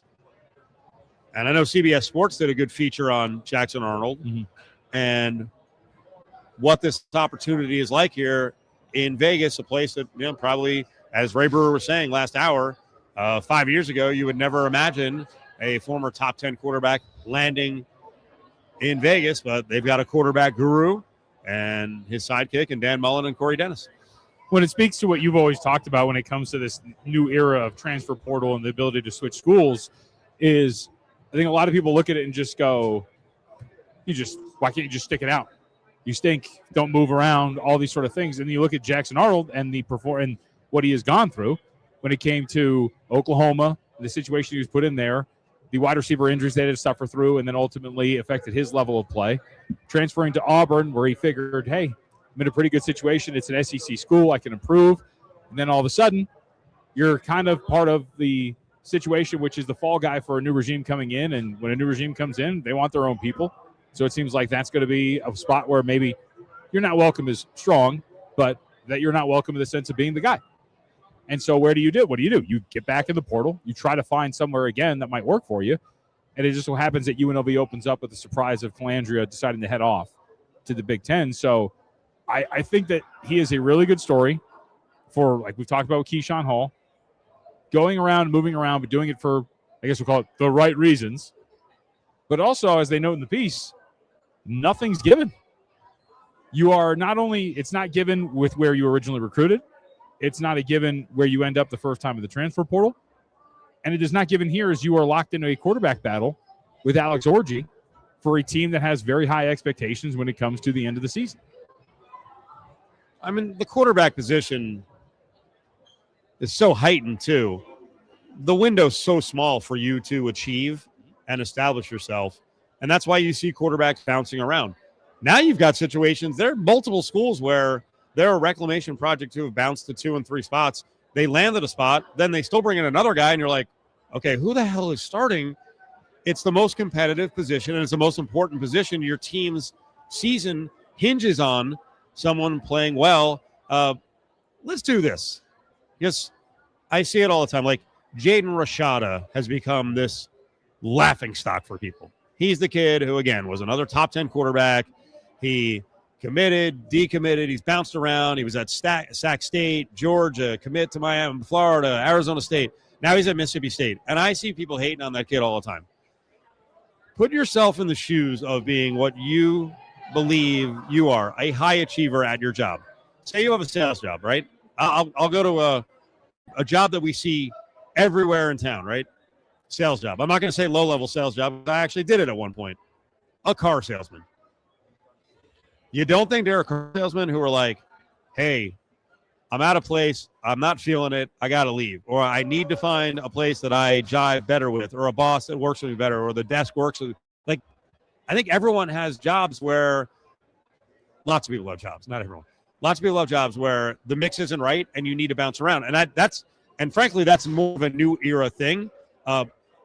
My era and older, like boomers, I don't want job advice from boomers. And I don't want to give job advice as a Gen Xer because we didn't move around. Oftentimes, people around me were miserable and they just stayed at the same freaking job. I say this all the time. I admire kids for going and seeking out opportunities. And it doesn't mean you're not tough. Sometimes your boss ain't the right boss. Sometimes your coworkers ain't the right coworkers. The formula, what you're selling, what you're delivering isn't right. And in Jackson Arnold's case, the situations at Oklahoma and Auburn were crap. They're elite programs, but their expectations, especially at Auburn, are way too high considering where they are right now. And at Oklahoma, it's a mess. Venables even, I heard Venables last year before, the year that Jackson Arnold played at Auburn, basically apologized. He's like, we did that kid wrong. We didn't set him up for success.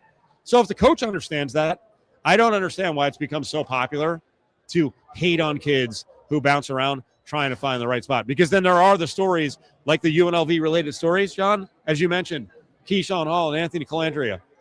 And we're going to tell you, I didn't even realize about Calandria. We'll tell you a note in about 3 minutes on Calandria. It is tremendous. And Keyshawn Hall, it worked out. It doesn't mean that they're low-character guys or quitters or not loyal. Quote, I know this without reservation. He's, being Jackson Arnold, going to play this game a really long time at a really high level. Unfortunately for him, everything around him wasn't helping him to be successful. He had no chance in some ways under the circumstances and dealt a really bad hand. That was Brent Venables talking about Jackson Arnold in his time there at Oklahoma. And there's going to be stories, as I'm sure people will scream about.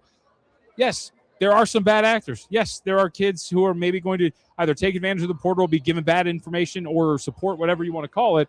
Yes, there are sure there are. But there are more stories of this working out for kids and doing it the right way, that it should not be viewed by some the way that it is.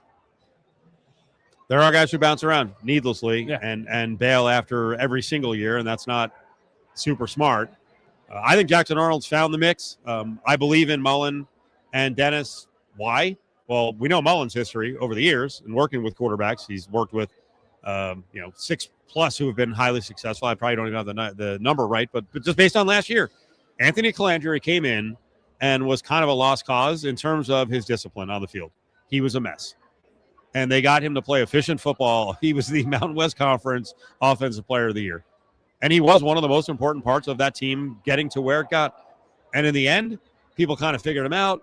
He got a little bit loose in some of that discipline stuff, reared its ugly head again, and the end of the season wasn't strong. But, hey, Nebraska ponied up, $2+ million, and it's worked out nicely for him. Now, here's the story I was referencing. I hadn't processed, and I really haven't even had a chance to – I don't know if anyone has, because it's going to play its way out here. This 5-5 thing really is intriguing in college sports, but let's stick to football. Man, it's wild for quarterbacks because think about Calandria, think about Arnold, think about a lot of the if you want to say those guys are great or are going to be great, think about a lot of the Devin Dampier, right? They're not likely NFL quarterbacks. The NFL is really hard to make as a quarterback. The 5-5 thing now, one, allows you to be a little more patient at the beginning of your career, but the other part of it is the most coveted position and the most profitable position. Calandria's got 2 years now. He just got $2 million plus. Avery Johnson at Kansas State, but there's so many of them. Yeah. Aiden Childs is the guy I followed for a while because at one point the school I follow was in on him. Yeah. From 3,000 miles away. Childs decided to go to Oregon State, then followed his coach to Michigan State. Now he's at Northwestern. By the way, if I had a chance to talk to that kid, I would love to know why Northwestern this time around. And I would love for him to say, you know what, really wanted to continue a great education. I would admire that so much. That is such a smart move, pun intended. Maybe it's to work with former Raiders offensive coordinator Chip Kelly. That is one of the draws. Yeah. But a lot of these guys who now we're looking at, hey, you know what, I bounced around, haven't exactly found my spot. This is it. Mm-hmm. This is it. This is going to be the last year. It's not. Arnold's got 2 years now. Calandria's got an extra year. Childs has an extra year. I mean, Dampier is not an NFL quarterback because of his size. I think it's going to be fascinating to see how Utah handles their quarterback position, though, because there are places where because then you go back, you got to worry about retaining the younger guys, and all of a sudden you're like, oh, wait, we really like this senior quarterback, but the plan was he's here for a year, and then mega recruit X is ready to go next year. For those who haven't seen that, Bert Ficklin over there at Utah, he had 13 total touchdowns last year. Looks like he's going to be great. And now to your point, I mean, what do you do? If you're Ficklin and if you're Dampier, and that's, again, going back to the situation, why you don't blame a guy like a Ficklin, for example, if Dampier's going to stick around for another one, okay, then I want to go play. I'm going to go find somewhere that I can use my talents to go play somewhere. I think that makes a ton of sense. I've never understood the mentality of people who can't understand why you would transfer. Again, I will liken it to anyone's job. Like, you want to play. You want to be in the mix. You don't want to be a backup. There's nothing wrong with that. Does Dante Moore fall under this 5-5, right? I mean, would he come back again? You don't ever know. Yeah. He was guaranteed. What if he got hurt and he has an underwhelming season? Sure. I shouldn't say guaranteed, but he was going to be, by all accounts, a top 2 pick. And what if he takes a step back this year? And why that matters is Dylan Raiola went over there this year. So now you've got these 2 high-end guys that are on the same roster. And what if the guy at the top and Dante Moore decides, no, I like college. I'm going to stick around. Or I want to develop more. I also think as a college football fan, as I said multiple times here, and we all know this, quarterback is the linchpin on your team. How exciting is it knowing that there's all these guys who are now going to have an extra year and that you can always be veteran at quarterback if you want to be a veteran at quarterback? Mm-hmm. Like, as long as Dan Mullen is here, I would expect UNLV to always be in the mix to get a top 7 transfer quarterback because of the reputation. And now there's going to be this free agent market every offseason. Lots of people look at that as like the bane of college football and it's terrible. I don't know. I look at it from UNLV's standpoint. It's revitalized a freaking program. Yep. They've won 30 games in 3 years. I mean, there should be nobody out here that complains about it. Again, I was referenced the school I went to, which has been middling now in the Big Ten for a while at Rutgers. I'll say it gives us a chance. You go out and get a different quarterback every year. If you can't recruit one, because there are schools that they just don't have success developing quarterbacks. Go and get a guy who's got 3 years under his belt. Or, with the new rule, too, look, there's a chance, let's say Jackson Arnold revitalizes his career and he's great. He could leave, but what if you convince him to stay? Now you get an extra year of a guy playing like that. There's so many ways that it works. It is crazy how we've talked about this. The rate at which UNLV has turned over quarterbacks but had success with those quarterbacks is nuts, considering the hellhole that some of these other programs have been in the position. And let me tell you, if it doesn't happen, like if Arnold doesn't achieve or gets hurt and then Orji isn't 100% back, and then they're like, oh, crap, now we have to turn to someone really young and the season turns into 7-5, I know people are going to be like, what? Don't take for granted what's happened the last 3 years. I'll throw it at you on I think one of your favorite quarterbacks in college football is Sangapolatelli. Oh, Jaron Chiave Sangapolatelli.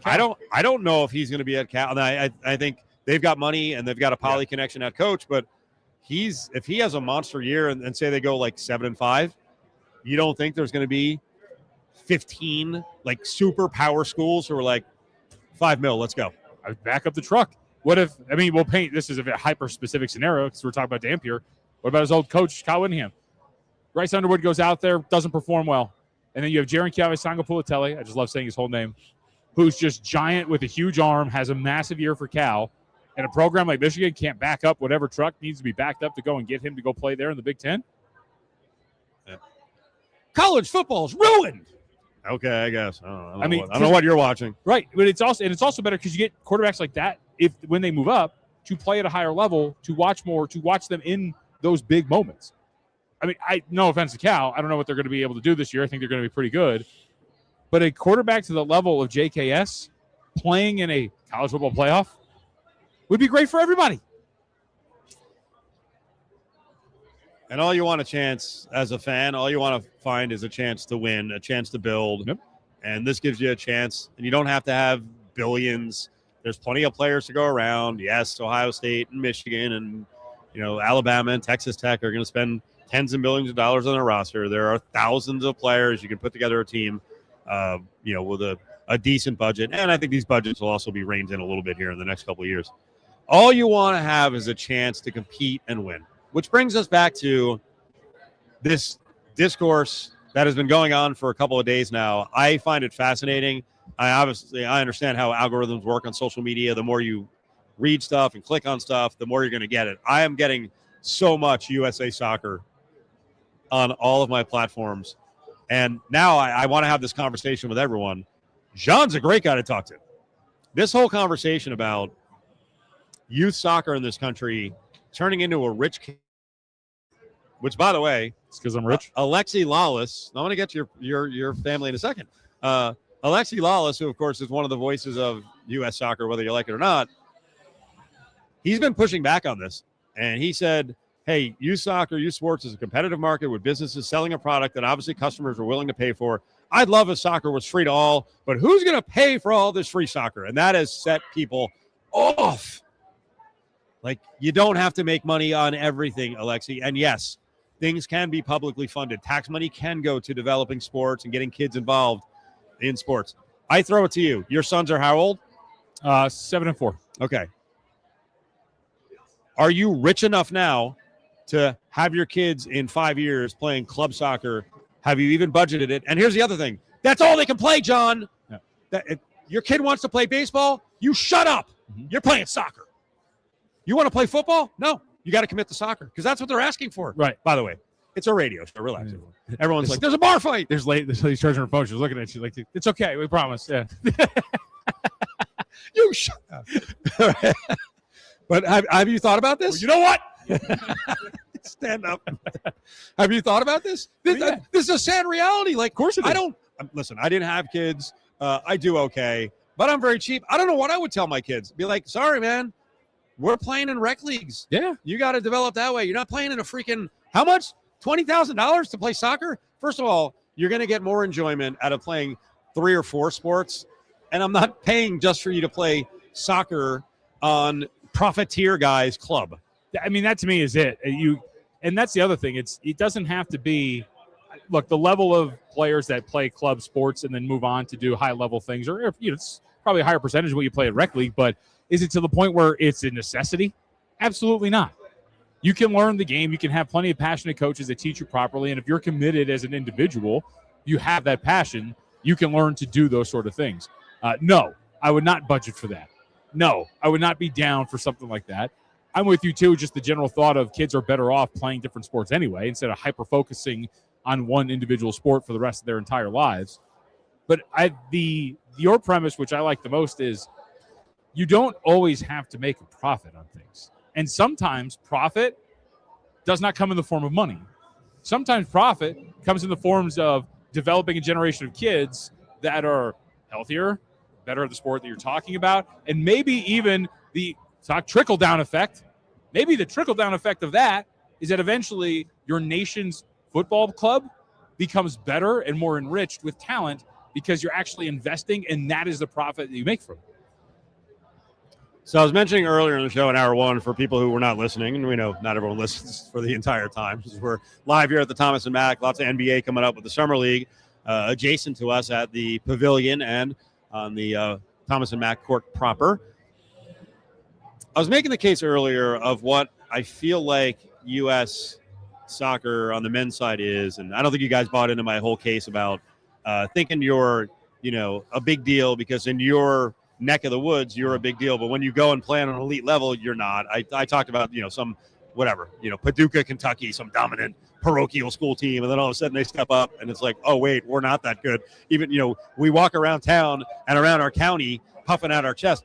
And oftentimes I feel like that's kind of the attitude around U.S. men's soccer. It's also what I used to feel as a kid and a teen, 20-something, around tennis and golf. Like, I played tennis, decent at it, but, my parents didn't give me lessons. I didn't ask for lessons. Played golf. Wasn't very good. But when you get around those people, because they're money sports, you're like, I don't know if I belong here. I don't know if I'm going to get a chance. And that's the way tennis and golf have been. It's hard to make it as a middle class or lower class, lower income, I don't want to say class, kid, right?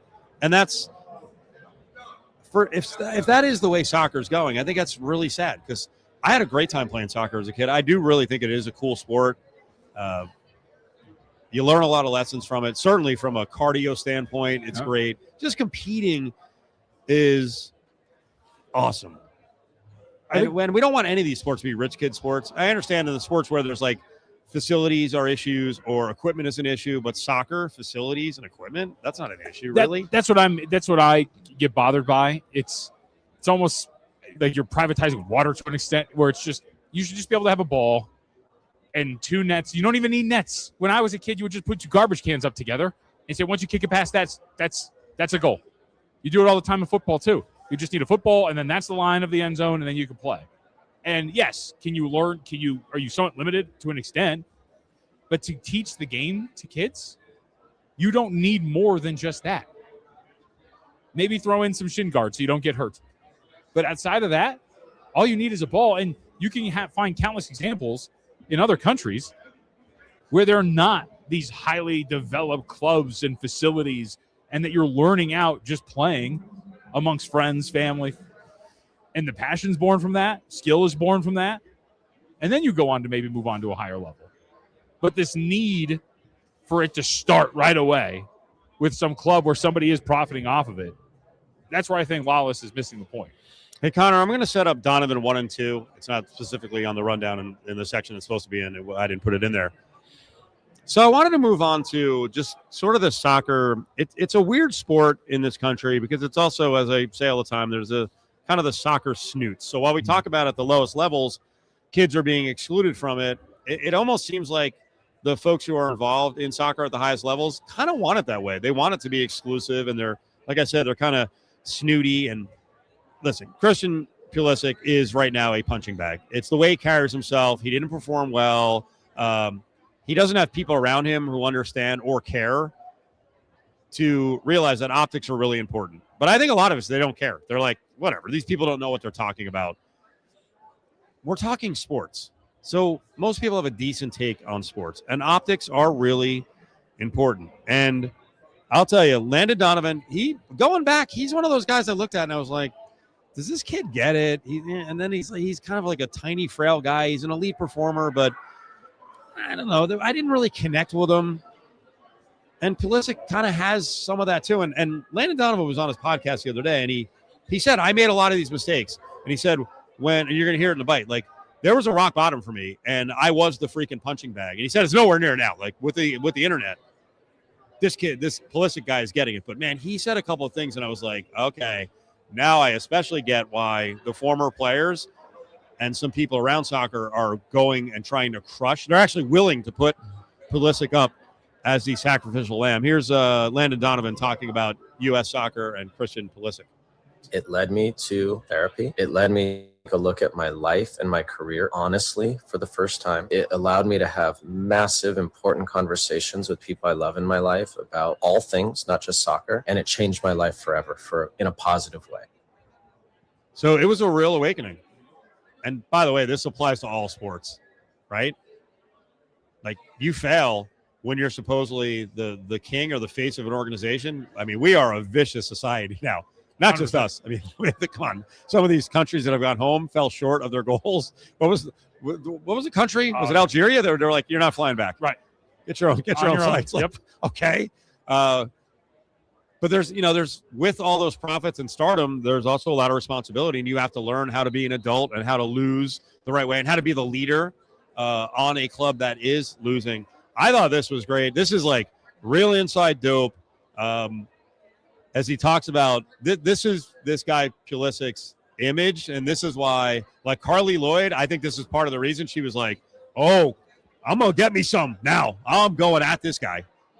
One of the biggest problems, I speak to people who are at U.S. Soccer. I speak to his sponsors. I speak to his teammates. I speak to the staff and the coaches. People are fed up with the way things are handled around him. They treat people poorly. They do things poorly. It's always a no. Whenever you want to ask, can we do an interview? It's always a no. You can't get near him. He doesn't say hi to the commentators who do all the games all the time. When they walk by, all the other guys come over and shake hands and say hello. There's just this sense about him that, like, you can't get near him. It's too big. And I actually don't think it's from him. I think it's from the people around him.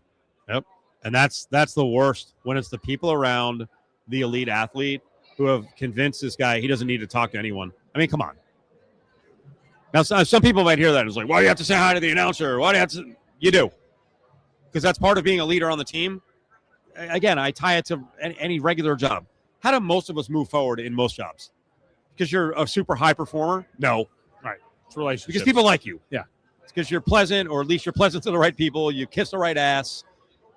I thought I was like, wow, that's some good inside dope. And I can immediately think of athletes that I've covered where I was like, yeah, that's. And then you see why. Like, it does. I think there are mysterious cases. Like, maybe LeBron is a jackass. I don't know if he is. Maybe he is. And maybe that's why so many people go at him. But you see why former athletes will go after current day athletes sometimes because of this. Mm-hmm. Because they handle things so poorly. You got to kiss the ring at some point. Some of it is, I think, jealousy to an extent, but I think this with Pulisic is a little bit different, considering you want every bit of the benefit of being, it would seem, the face of the franchise, the face of the program, the face, as we've talked about, the nickname, Captain America, the face of our country to an extent. By the way, who gave him that nickname? Just a general nickname, I suppose. Isn't that Patrick Reed, too? The golfer? Really? I thought Ryder Cup. I had the wrong golfer. I heard Fat Pat before. Who comes up with these? Patrick Reed. And then if you're the player or athlete, aren't you like, no. Yeah, right. I don't want to be Captain America. But in a sense, you are. You're the face of Team USA or the U.S. men's national team. But a lot of people will tell you now he was never the best player. He's not the best player. So why the hell was he dubbed that? I mean, Adam Hill was suggesting it strongly yesterday because you need a white to be Captain America when Weston McKennie is probably the best player on the team. It could be. I mean, my own personal recollection as somebody who doesn't really follow U.S. soccer a ton is I remember learning about him because he was one of the few Americans that was making it to a high-level club team and performing overseas in that role, and thus being not only the best, I'll put in air quotes, player on the U.S. men's national team, but a representative for America in a sport in which we have struggled greatly. And so I think that's why he was donned with that. It's not even that you're maybe even the best player, but at that point, you were the most forward-facing player, and so you got the moniker of Captain America. But overall, I would say this too. At some point, you do have to be more just, I guess, up when it comes to your energy, higher. Mm-hmm. The mopey, quiet nature of what this has been is really weird. And he just comes across kind of as an odd guy. There was a quote that was being passed around in an old article where he had a chain with a cross on it with Jesus. And I guess throughout the interview in this article, he kept putting it up to his lips. And so the interview asked him, "Oh, is that a big part of your life? Religion?" And Pulisic's response was, "You mean the chain?" He didn't have any idea what it was. And it seemed performative. It seemed odd. And that comes across at times when you lose a game like that and you're just down, you're sullen, and it's just all about, we're building, don't worry, it's next year. Play along with me on this one, okay? I'm going to mention a guy who has dual citizenship in the mix. Oh. Pulisic isn't winning with Team USA. They're not winning at the highest level. Now, the expectations aren't realistically as high, but let's compare them to some American athletes and the way they've handled themselves and the way they get it when they don't handle themselves well, right? American athletes who are expected to win lots of titles. Now, I'm going to mention a guy who has one, but it's never enough, right? The four athletes I wanted to mention and the way they carry themselves: LeBron, Aaron Judge, Joel Embiid, and Josh Allen. Let's start with Josh Allen. How do you think Josh Allen comes off? Because here's the point, and these are the optics. When, even if it's taken out of context, Christian Pulisic can't say after, like moments after they lose or within a day of losing in the World Cup and the country's like, what the hell just happened? I need to rest. You can't say it. Mm-hmm. I don't care if you're like, well, I know I do need it. No one wants to hear it, okay? That's not the way it works. Josh Allen, after they lose every freaking year in heartbreaking fashion, how does he come across? Pretty humble. Like he wants to kill himself. Yep. Like he is miserable. And it's my fault. Whether it's fake or not, takes the blame. Yep. And people listening can be like, well, bull crap. You don't have to do that. Well, and the good leaders will take it and, hey, your kicker missed that game-winning kick from 15 yards out. How does that happen? You shouldn't have been in the position in the first place. They'll immediately go into that and somehow try to take the blame and pull it away from teammates. And that's a really good sign of leadership, as we have seen many times. Yeah, I didn't think we'd be having this conversation. I knew that USA wouldn't win the World Cup, and I guess I knew that there'd be all these 2-week experts talking about how to fix the game, and we get the same old, we need our big athletes, and it's the A sport, no one cares. I didn't think we'd get the whole youth soccer thing, and that we'd have a punching bag in Pulisic to point to and go, that's not what we want for USA soccer, but that's what we've gotten the last 3 days. Sports is awesome, man. Oh, yeah, for sure. It really is. It does. Yeah. Well, I know you want to go break, but is it fair of me to ask or say that it almost feels like, not that we're not allowed to do this, but it does feel odd that for 3 3.9 years, we have not spoken about the U.S. men's national team at all. Yeah. And then here they are on the biggest stage, and they fail spectacularly. And Pulisic says things that are not things that a true leader should say or acts like it. But we haven't really covered it all, and now we're like, you losers, get better. I know. And that's why, John, I said it on the air to the audience, and I'll say it again to this part of the audience and to you. The first 2 days of the week, and and this includes the radio shows, and I did an appearance on Fox on Silver State Sports and Entertainment Network, and I got done with the shows, and I'm like, man, my soccer takes, like, they're not strong enough. I'm watching JT the Brick, who apparently is like a really big soccer guy, I guess. But JT's got really strong takes, and I got home each night, and I'm like, it kind of sucked. But part of me is also like, I'm not giving a strong take on something I don't believe in. And I don't want to put up, I don't want to have Pulisic as this freaking punching bag when he shouldn't be. Now, this kind of got me amped up about the way he's handling things. But you're right. It is ridiculous that we do this every 4 years, and then it goes away, and then we're all soccer experts in 4 more years when, inevitably they fall short. I have hopes, though. I have hopes that they will do a monthly team, a U.S. men's national team check-in. We could, make sure, even though Adam Hill doesn't get to be a chance or doesn't have a chance to be a part of the show all the time because he's so busy at the paper, we probably should, we being me, I'm on the show every day, I probably should make a commitment that every time there is some U.S. game of note that we talk about it with Adam. See what's going on here? That'll probably never happen. I don't know. There's some big shindig going on. It's not some big shindig, folks. That's a Clippers party right there, folks. Oh, wow. There's dozens of us. Look at them. I'm going to get in there somehow. Tell you that right John's now. done on the show. He's done on the show. On the way back, I do want to address LeBron and the landing spot. And also, I saw a commit today in college basketball that blows my freaking mind. Got something to say? Hit us up on the Bay Law text line, 702-364-1100. Brought to you by Bay Law Injury Attorneys. Winning is no accident. I'm not going to, the PR lady says, we're going to keep it to basketball. Technology never stands still. And neither does Les Olson IT. For 70 years and counting, we've helped businesses adapt, grow, and stay secure through every change. With experienced people and smart technology solutions, we make work easier, more productive, and more secure. Yesterday, today, and tomorrow. Let Les be here for you.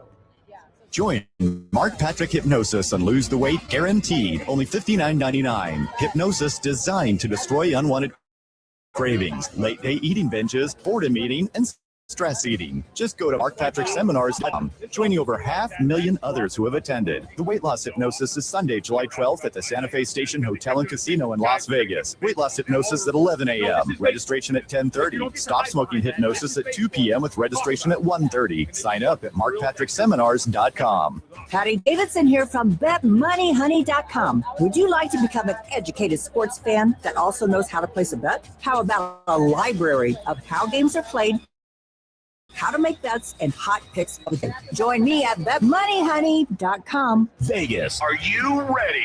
Your Las Vegas Rockers are storming back into the Orleans Arena this Saturday night for a showdown that you will not want to miss. Watch the Rockers battle the Utah Great Eights in a night of hard hits, high-flying touchdowns, and non-stop arena football mayhem. The lights will be bright, the crowd will be loud, and the energy will be pure Vegas. Tickets start at just $30 plus fees. Get yours now at LasVegasRockers.com. Bring your friends, bring the family, and bring the noise. This Saturday night for Las Vegas Rockers football. My name is Whitney Allen, and I'm a widow. My husband, Ryan, died. We never thought we'd ever have to use life insurance, but the unexpected happened. With Ethos, signing up was fast and 100% online. You can get a quote in seconds, apply in minutes, and get same-day coverage. No medical exam.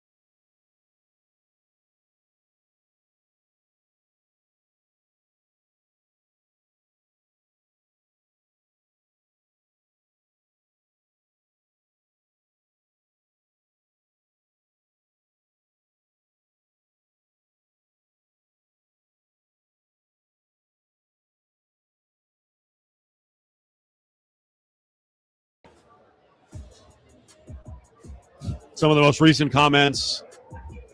Leslie said, I love baked beans. We were talking baked beans around 3:45.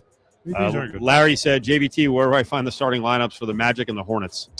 Well, I don't know about the starting lineups, but the entire rosters can be found on my Twitter account at MeJVT. I like to every single year compile every announced roster and put it on a nice little Google Doc. Awesome. Scott chimed in and said, any Rebel news at 4:33, so we reacted immediately and added topics to the show. Now, we were planning on doing it at 5 o'clock, so we were talking about Jackson Arnold a little while ago. If you missed it, make sure you check out our post-show videos, or more accurately, or reliably, I'll say this, our audio archive at lvsportsnetwork.com. And then Scott also followed up by saying, JVT's always yawning. Well, I'm kind of boring. Am I really? He also gets up early in the morning. I got up at 3:30 this morning. We have a little bit of breaking news on the Aces, but we'll get to that in 10 minutes. First word from Becky Hammond about Kennedy Carter being waived, but every detail. I did want to mention LeBron, because I just have to. I love LeBron. Where are you on the, hey, there's 5 teams interested, or, hey, there's no one interested, and the only place that wants him is the Cavs? People think that latter statement is true? Oh, yeah. Who thinks that? Lots. LeBron haters. A lot of the accounts that slam LeBron all the time, that's the narrative they started coming up with about 5 days ago. And we had a listener who said, let me find that note from a while ago. Basically, does anyone want LeBron? I mean, what's he going to play, 20 minutes a game? What are we doing? I know. You guys are so stupid. I answered back. I was like, here's one metric. He was like the number 24 player in the NBA last year. Yes, people still want him. He's the most impressive endurance athlete we've ever seen in team sports. You know what? They might have you know what, Steve? Actually, I kind of take this back. They might actually not want a guy that this last season gave you 20 points per game, 5 rebounds, 6 assists on, 51% shooting from the floor. Who needs that? He would only give you 20 minutes a game. We can't be this stupid. You could say you don't like LeBron. Just say it. But to act like he doesn't make a team better is stupid. Yeah. Especially when because think about this. We're so used to thinking of LeBron in the context of greatest player. So people assume, and I think this is part of what people are thinking, is that LeBron equals number one option wherever he goes. No. This LeBron is the third or fourth option on whatever he's joining. And by the way, he knows that because he's willing to take less money to go and play for wherever he's going to go play. He's not an idiot. Yeah. He's a great get now because you're getting him for pennies on the dollar. Yes. Cavs, Sixers, Heat, Warriors, Spurs, T-Wolves. Should be the Timberwolves. Wouldn't that be awesome? He would be such a perfect fit for them. They would be so good immediately. They got smaller. They got rid of some of their bigs. They're a slighter team now. Gobert's still there, but they're more guard-oriented. Imagine if he could actually play the 4. Yep. Be great. I mean, it would be perfect. That's what I'm hoping. I'm holding out hope that it's truly a little bit more basketball than it is life. Look, if it's life, then it's more than likely it's going to be Cleveland. Maybe Miami. I was going to say, I have a feeling I know the club you don't want him to go to. Which is what? And that's the Culture. Yeah, no, they're annoying. Would it just drive you up a wall? Yeah, I would hate it. Yeah, I would hate it. I don't think they would be as good either. Yeah. That's not a lot of shooting there. I mean, depends on if he finds a shot. He only shot 31% from 3 this last year. So if that's the LeBron you're getting, Giannis, Bam, and LeBron, all 3 sub 31% 3-point shooters on the floor together, not great. I'd like to see him go to the East where it's a little more open. You pointed out last week you thought the odds for the Eastern Conference 2027 winner a little screwed up. Latest update from William Hill: Knicks 320, Celtics 425. It's funny, I keep hearing people say the Celtics are going to suck, but they're second on the board in the East. Okay. Sixers are 8. I know where you're going. Pistons are 850. Raptors are 9. Got to drop them down. Kawhi.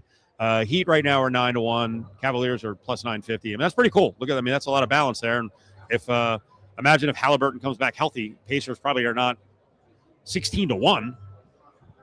Or with the news today, what if the Clippers find out that Kawhi's suspended for a year and all of a sudden the Raptors don't want him? Now all of a sudden the Raptors are just the Raptors from a year ago, and the East becomes a little bit better for you to maybe make a run in. So to your point about joining the East, you could do that and join any one of these teams. And I would disagree. I'm with you. I don't think the Celtics are going to suck. I don't think they're the second best team in the Eastern Conference is currently constructed. And I think the pricing there is much about what you have done as a franchise as opposed to how you're actually being rated, especially if Kawhi's in that conference. I haven't really started to track the 2028 NBA draft. You know, it's enough to kind of keep up with what we just saw and watch these guys at the NBA Summer League. But in 2028, a guy who is considered a candidate is a dude named Nikola Costa Rica, I think is how you say his name. Nice. It's probably not. He's Serbian, so I'm sure their pronunciation Probably is Costa Rica. He's a 6'8" wing. He's 17. As I said, Serbian, just dropped 37 on Team USA in the FIBA Under-17 World Cup. He is going to play college basketball. He picked UCLA. Now, on one hand, all you people who kept saying UCLA has no money, everyone's got money if their donors are fired up. Mm-hmm. So I think it's cool that he's going to be on the West Coast. Big Ten, but whatever. But Mick Cronin's UCLA team, that is a really interesting choice. Will Mick be there? Well, wow, that's a good point. Can he pull what he did last year where he's embarrassing himself by arguing with reporters? Yeah. And from, I don't know who this guy's handlers are, Mick Cronin? Right. I mean, I don't know. I'm not going to pretend to know much about his game, so maybe there's something there that fits with what he likes to do. But it is pretty good. It's actually pretty good, though, that we're going to see him. Could it be could just stay overseas? All about money? Yeah. I mean, really? Because the other choices were Kentucky. How did they lose out if it was about money? Yeah, I think it's about money. Boy, Michigan's now. Yep. If the interim Mike Boynton is going to be full-time. I don't know if Kentucky's going to have a new coach 2 years from now either. I mean, that's probably part of the logic, isn't it? Wow. Yeah. I mean, Pope seemed like he was going to be untouchable for a year, and all of a sudden that fell apart. Yeah. And then, like you said, I mean, Michigan could be really upset about what happens this last year. Dusty May kind of – and that's the tough part about the cycle because the NBA, they go through their hiring cycle a little late, but it's kind of tough to make that leap, and you kind of leave Michigan in the dust like that. Summer League is started. We got 3 games in the book. We got 7-game slate today here at the Thomas and Mack. It goes all the way through the 19th. You can get your tickets at UNLVtickets.com. On the way back, we'll get to a little update on Kennedy Carter and the Aces and that weird waving of a player who was averaging just over 13 points a game. Attorney Matt Hoffman with Battleborn Injury Lawyers. Look at the cars around you. There's a real chance one of them is an app delivery driver, and you'd never know. Uber, DoorDash, Amazon Flex. They put regular cars on our roads with no markings. And when a crash happens, the driver's account might be suspended, so they have every reason to lie, meaning you end up fighting over thousands of dollars instead of millions. At Battleborn, we'll find the commercial policy that should apply, not the minimum policy you were given. Call Battleborn Injury Lawyers at 766-1400. Technology never stands still. And neither does Lessels and IT. For 70 years and counting, we've helped businesses adapt, grow, and stay secure through every change. With experienced people and smart technology solutions, we make work easier, more productive, and more secure. Yesterday, today, and tomorrow. Let less be here for you. Sign up today for a new William Hill Nevada mobile sports account, and you can earn up to a $250 bonus bet after placing your first qualifying wager. Hey, Cofield, quick question for you. What? I just want to confirm here for the grab bag segment. It plays the grab bag coming out of the break, and then I'll play that quick drop. And then are you going to ask for that drop again throughout that segment? I might. Okay. I just wanted Sometimes we do one story. No worries. Listeners learning about the show. Get behind the curtain. Sometimes I might do 3. But yeah, your instincts are correct.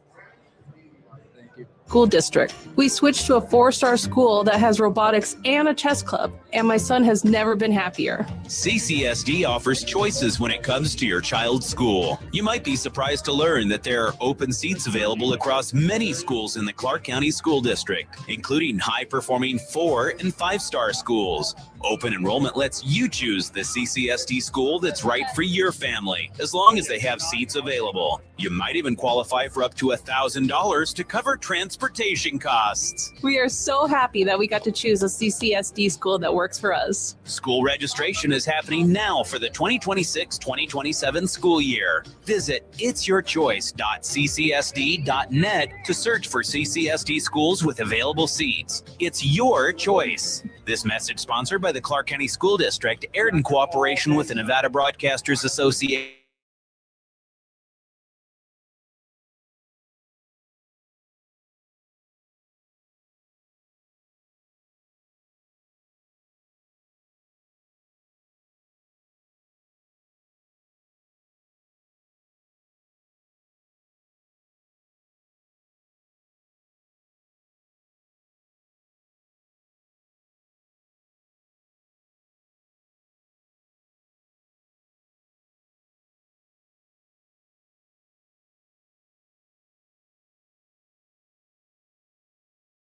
Drive. Now is the time to experience luxury for less. Discover exceptional offers on the 3-row Lexus TX and the 2026 NX 350 all-wheel drive. That blends luxury, performance, and confidence in every drive. Plus, take advantage of rates as low as 3.75% APR on select models. Visit Lexus of Henderson in the Valley Auto Mall or online at lexusofhenderson.com. OAC up to 48 months. See store for details. Expires 8/3/26. High internet costs, cell phone bill going up, streaming services you forgot you had? What if someone fixed that for you? Radiant Star Checking at West Star Credit Union includes bill negotiation experts who can lower your monthly bills and cancel subscriptions you don't need. That alone could cover the $7 monthly benefits fee. Visit weststar.org/RadiantStar to learn more. Radiant Star Checking has a $7 monthly benefits fee. Activation required. Terms and conditions apply. Share savings with a minimum balance and membership eligibility is required to become a member. Insured by NCUA. An accident isn't just an accident. It's lost time, lost wages, and a fight you didn't choose. That's where we come in. At DeCastro Verde Law, we deliver serious firepower for serious injuries. We fight to make things right. When you're injured, the choice is clear. We're the DeCastro Verde Brothers, and we have your back. Together we win. BrothersWin.com. At DeCastro Verde Law, the brothers have your back. BrothersWin.com. The Golden Circle Sports Bar inside Treasure Island Hotel and Casino is the best place to watch games on the Strip. There's a huge video wall and over 55-plus screens throughout the bar. Place your sports bets at the new STN Sportsbook. The menu with the Golden Circle Burger, the Linebacker Bison Burger, the Polish Sausage, and so much more is dynamite. The Golden Circle Sports Bar's happy hour is amazing with $5 draft beers every day from 10 a to 6 p. Treasure Island, the Vegas destination for those seeking a contemporary resort experience with an ideal location on the Las Vegas Strip. And remember, parking is always free. Cofield and Company presents Grab Bag on ESPN Las Vegas. Stick your hand in there, Dave. So if you go up to ESPN Las Vegas on Twitter, Brandy Flores, who was on with us earlier, she was covering the Becky Hammon availability. That's what's going down in Portland. And, you know, a big story in the WNBA was the Aces firing, basically, dumping Kennedy Carter, who was averaging about 13 points a game. Her minutes had been sporadic, but, I mean, they need her as a scoring option, and then they cut her the other day. And so there's a lot of questions about Carter, and she's got a very controversial history. We were told that PR stepped in at the beginning of the presser and said, no questions about Kennedy Carter. We're just going to stick to basketball. Like, this is basketball. As Brandy wrote the tweet here, Aces head coach Becky Hammon would not say why the team released Kennedy Carter, but gave insight on what kind of players she wants on her roster to win another championship. Brandy asked that question. Kudos to Brandy. That's a really sneaky way to allow the coach to basically say, I don't want Kennedy Carter. Here's all the qualities. Now, why do you think they said, we're not going to comment on Kennedy Carter? Because now I have to speculate.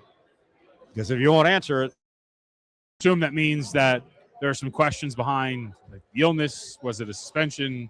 Was there an act behind the scenes? An incident that had occurred in some form or fashion? Bingo. That you don't want to tell us about?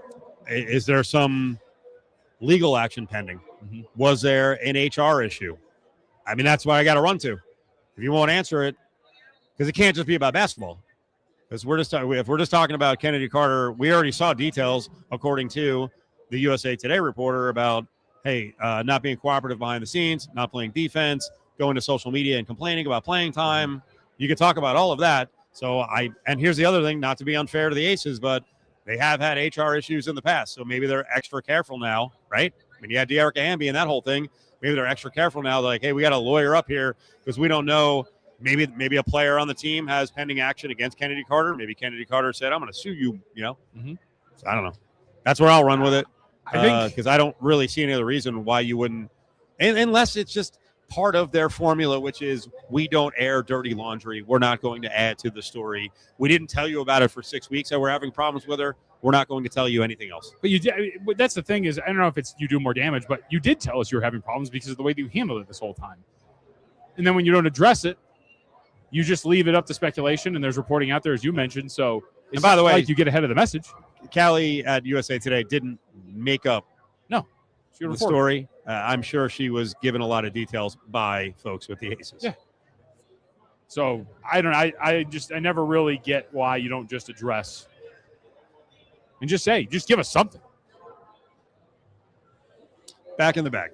Stick your hand in there, Dave. So as I look out the Strip View Pavilion doors here to the south, I see Mandalay Bay, and I can still see those two giant stacks up there, whatever you want to call them, pillars that was going to be across the street, a Ferris wheel before we had the high roller. So apparently that's where that Diamond Arena wants to be. By the way, there's a poster of the Diamond Arena. I don't know if they have reps here. Maybe we'll grab them another day, but that's that arena. It's one of about 7 arenas that they talked about, fully funded, going to have an easy pathway underground to the executive airport, which is right there.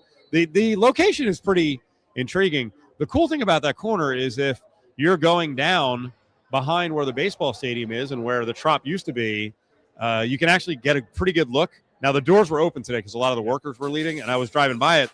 The back of the stadium, which I think would be home plate, because then as you look out, the outfield is toward New York.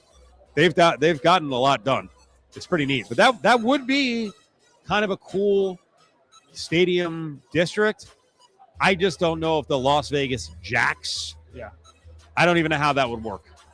If they would have any interest in this project, if they've got their own ideas on a project. This is all completely fascinating. I'm with you. I want to hear more details. I am partial to the very south location, but as you guys have mentioned, you want foot traffic, you want the Strip. Well, you want the Star Arena. Yes. Down at Star and 15 and County Boulevard, south of the South Point. That's right. Because I'm a selfish local. That's what I want. I want to be able to go out there. I've always been intrigued by that area. But you don't live close to there. But not any more convenient. Yeah, it'd be a little bit more convenient. Ingress, egress. But that location is pretty interesting. Las Vegas Jacks, yay or nay? Because I guess the name was the big. I just never. Seconds. Here's what that didn't hit me. I just got to get this out. It's not going to be gambling related. You all need to stop. It's not going to be gambling related. Just a brand for now. Placeholder. Some say taters, I say dingers, but whatever you want to call them, just know the balls will be flying at the Home Run Derby in Philly. Listen in Monday.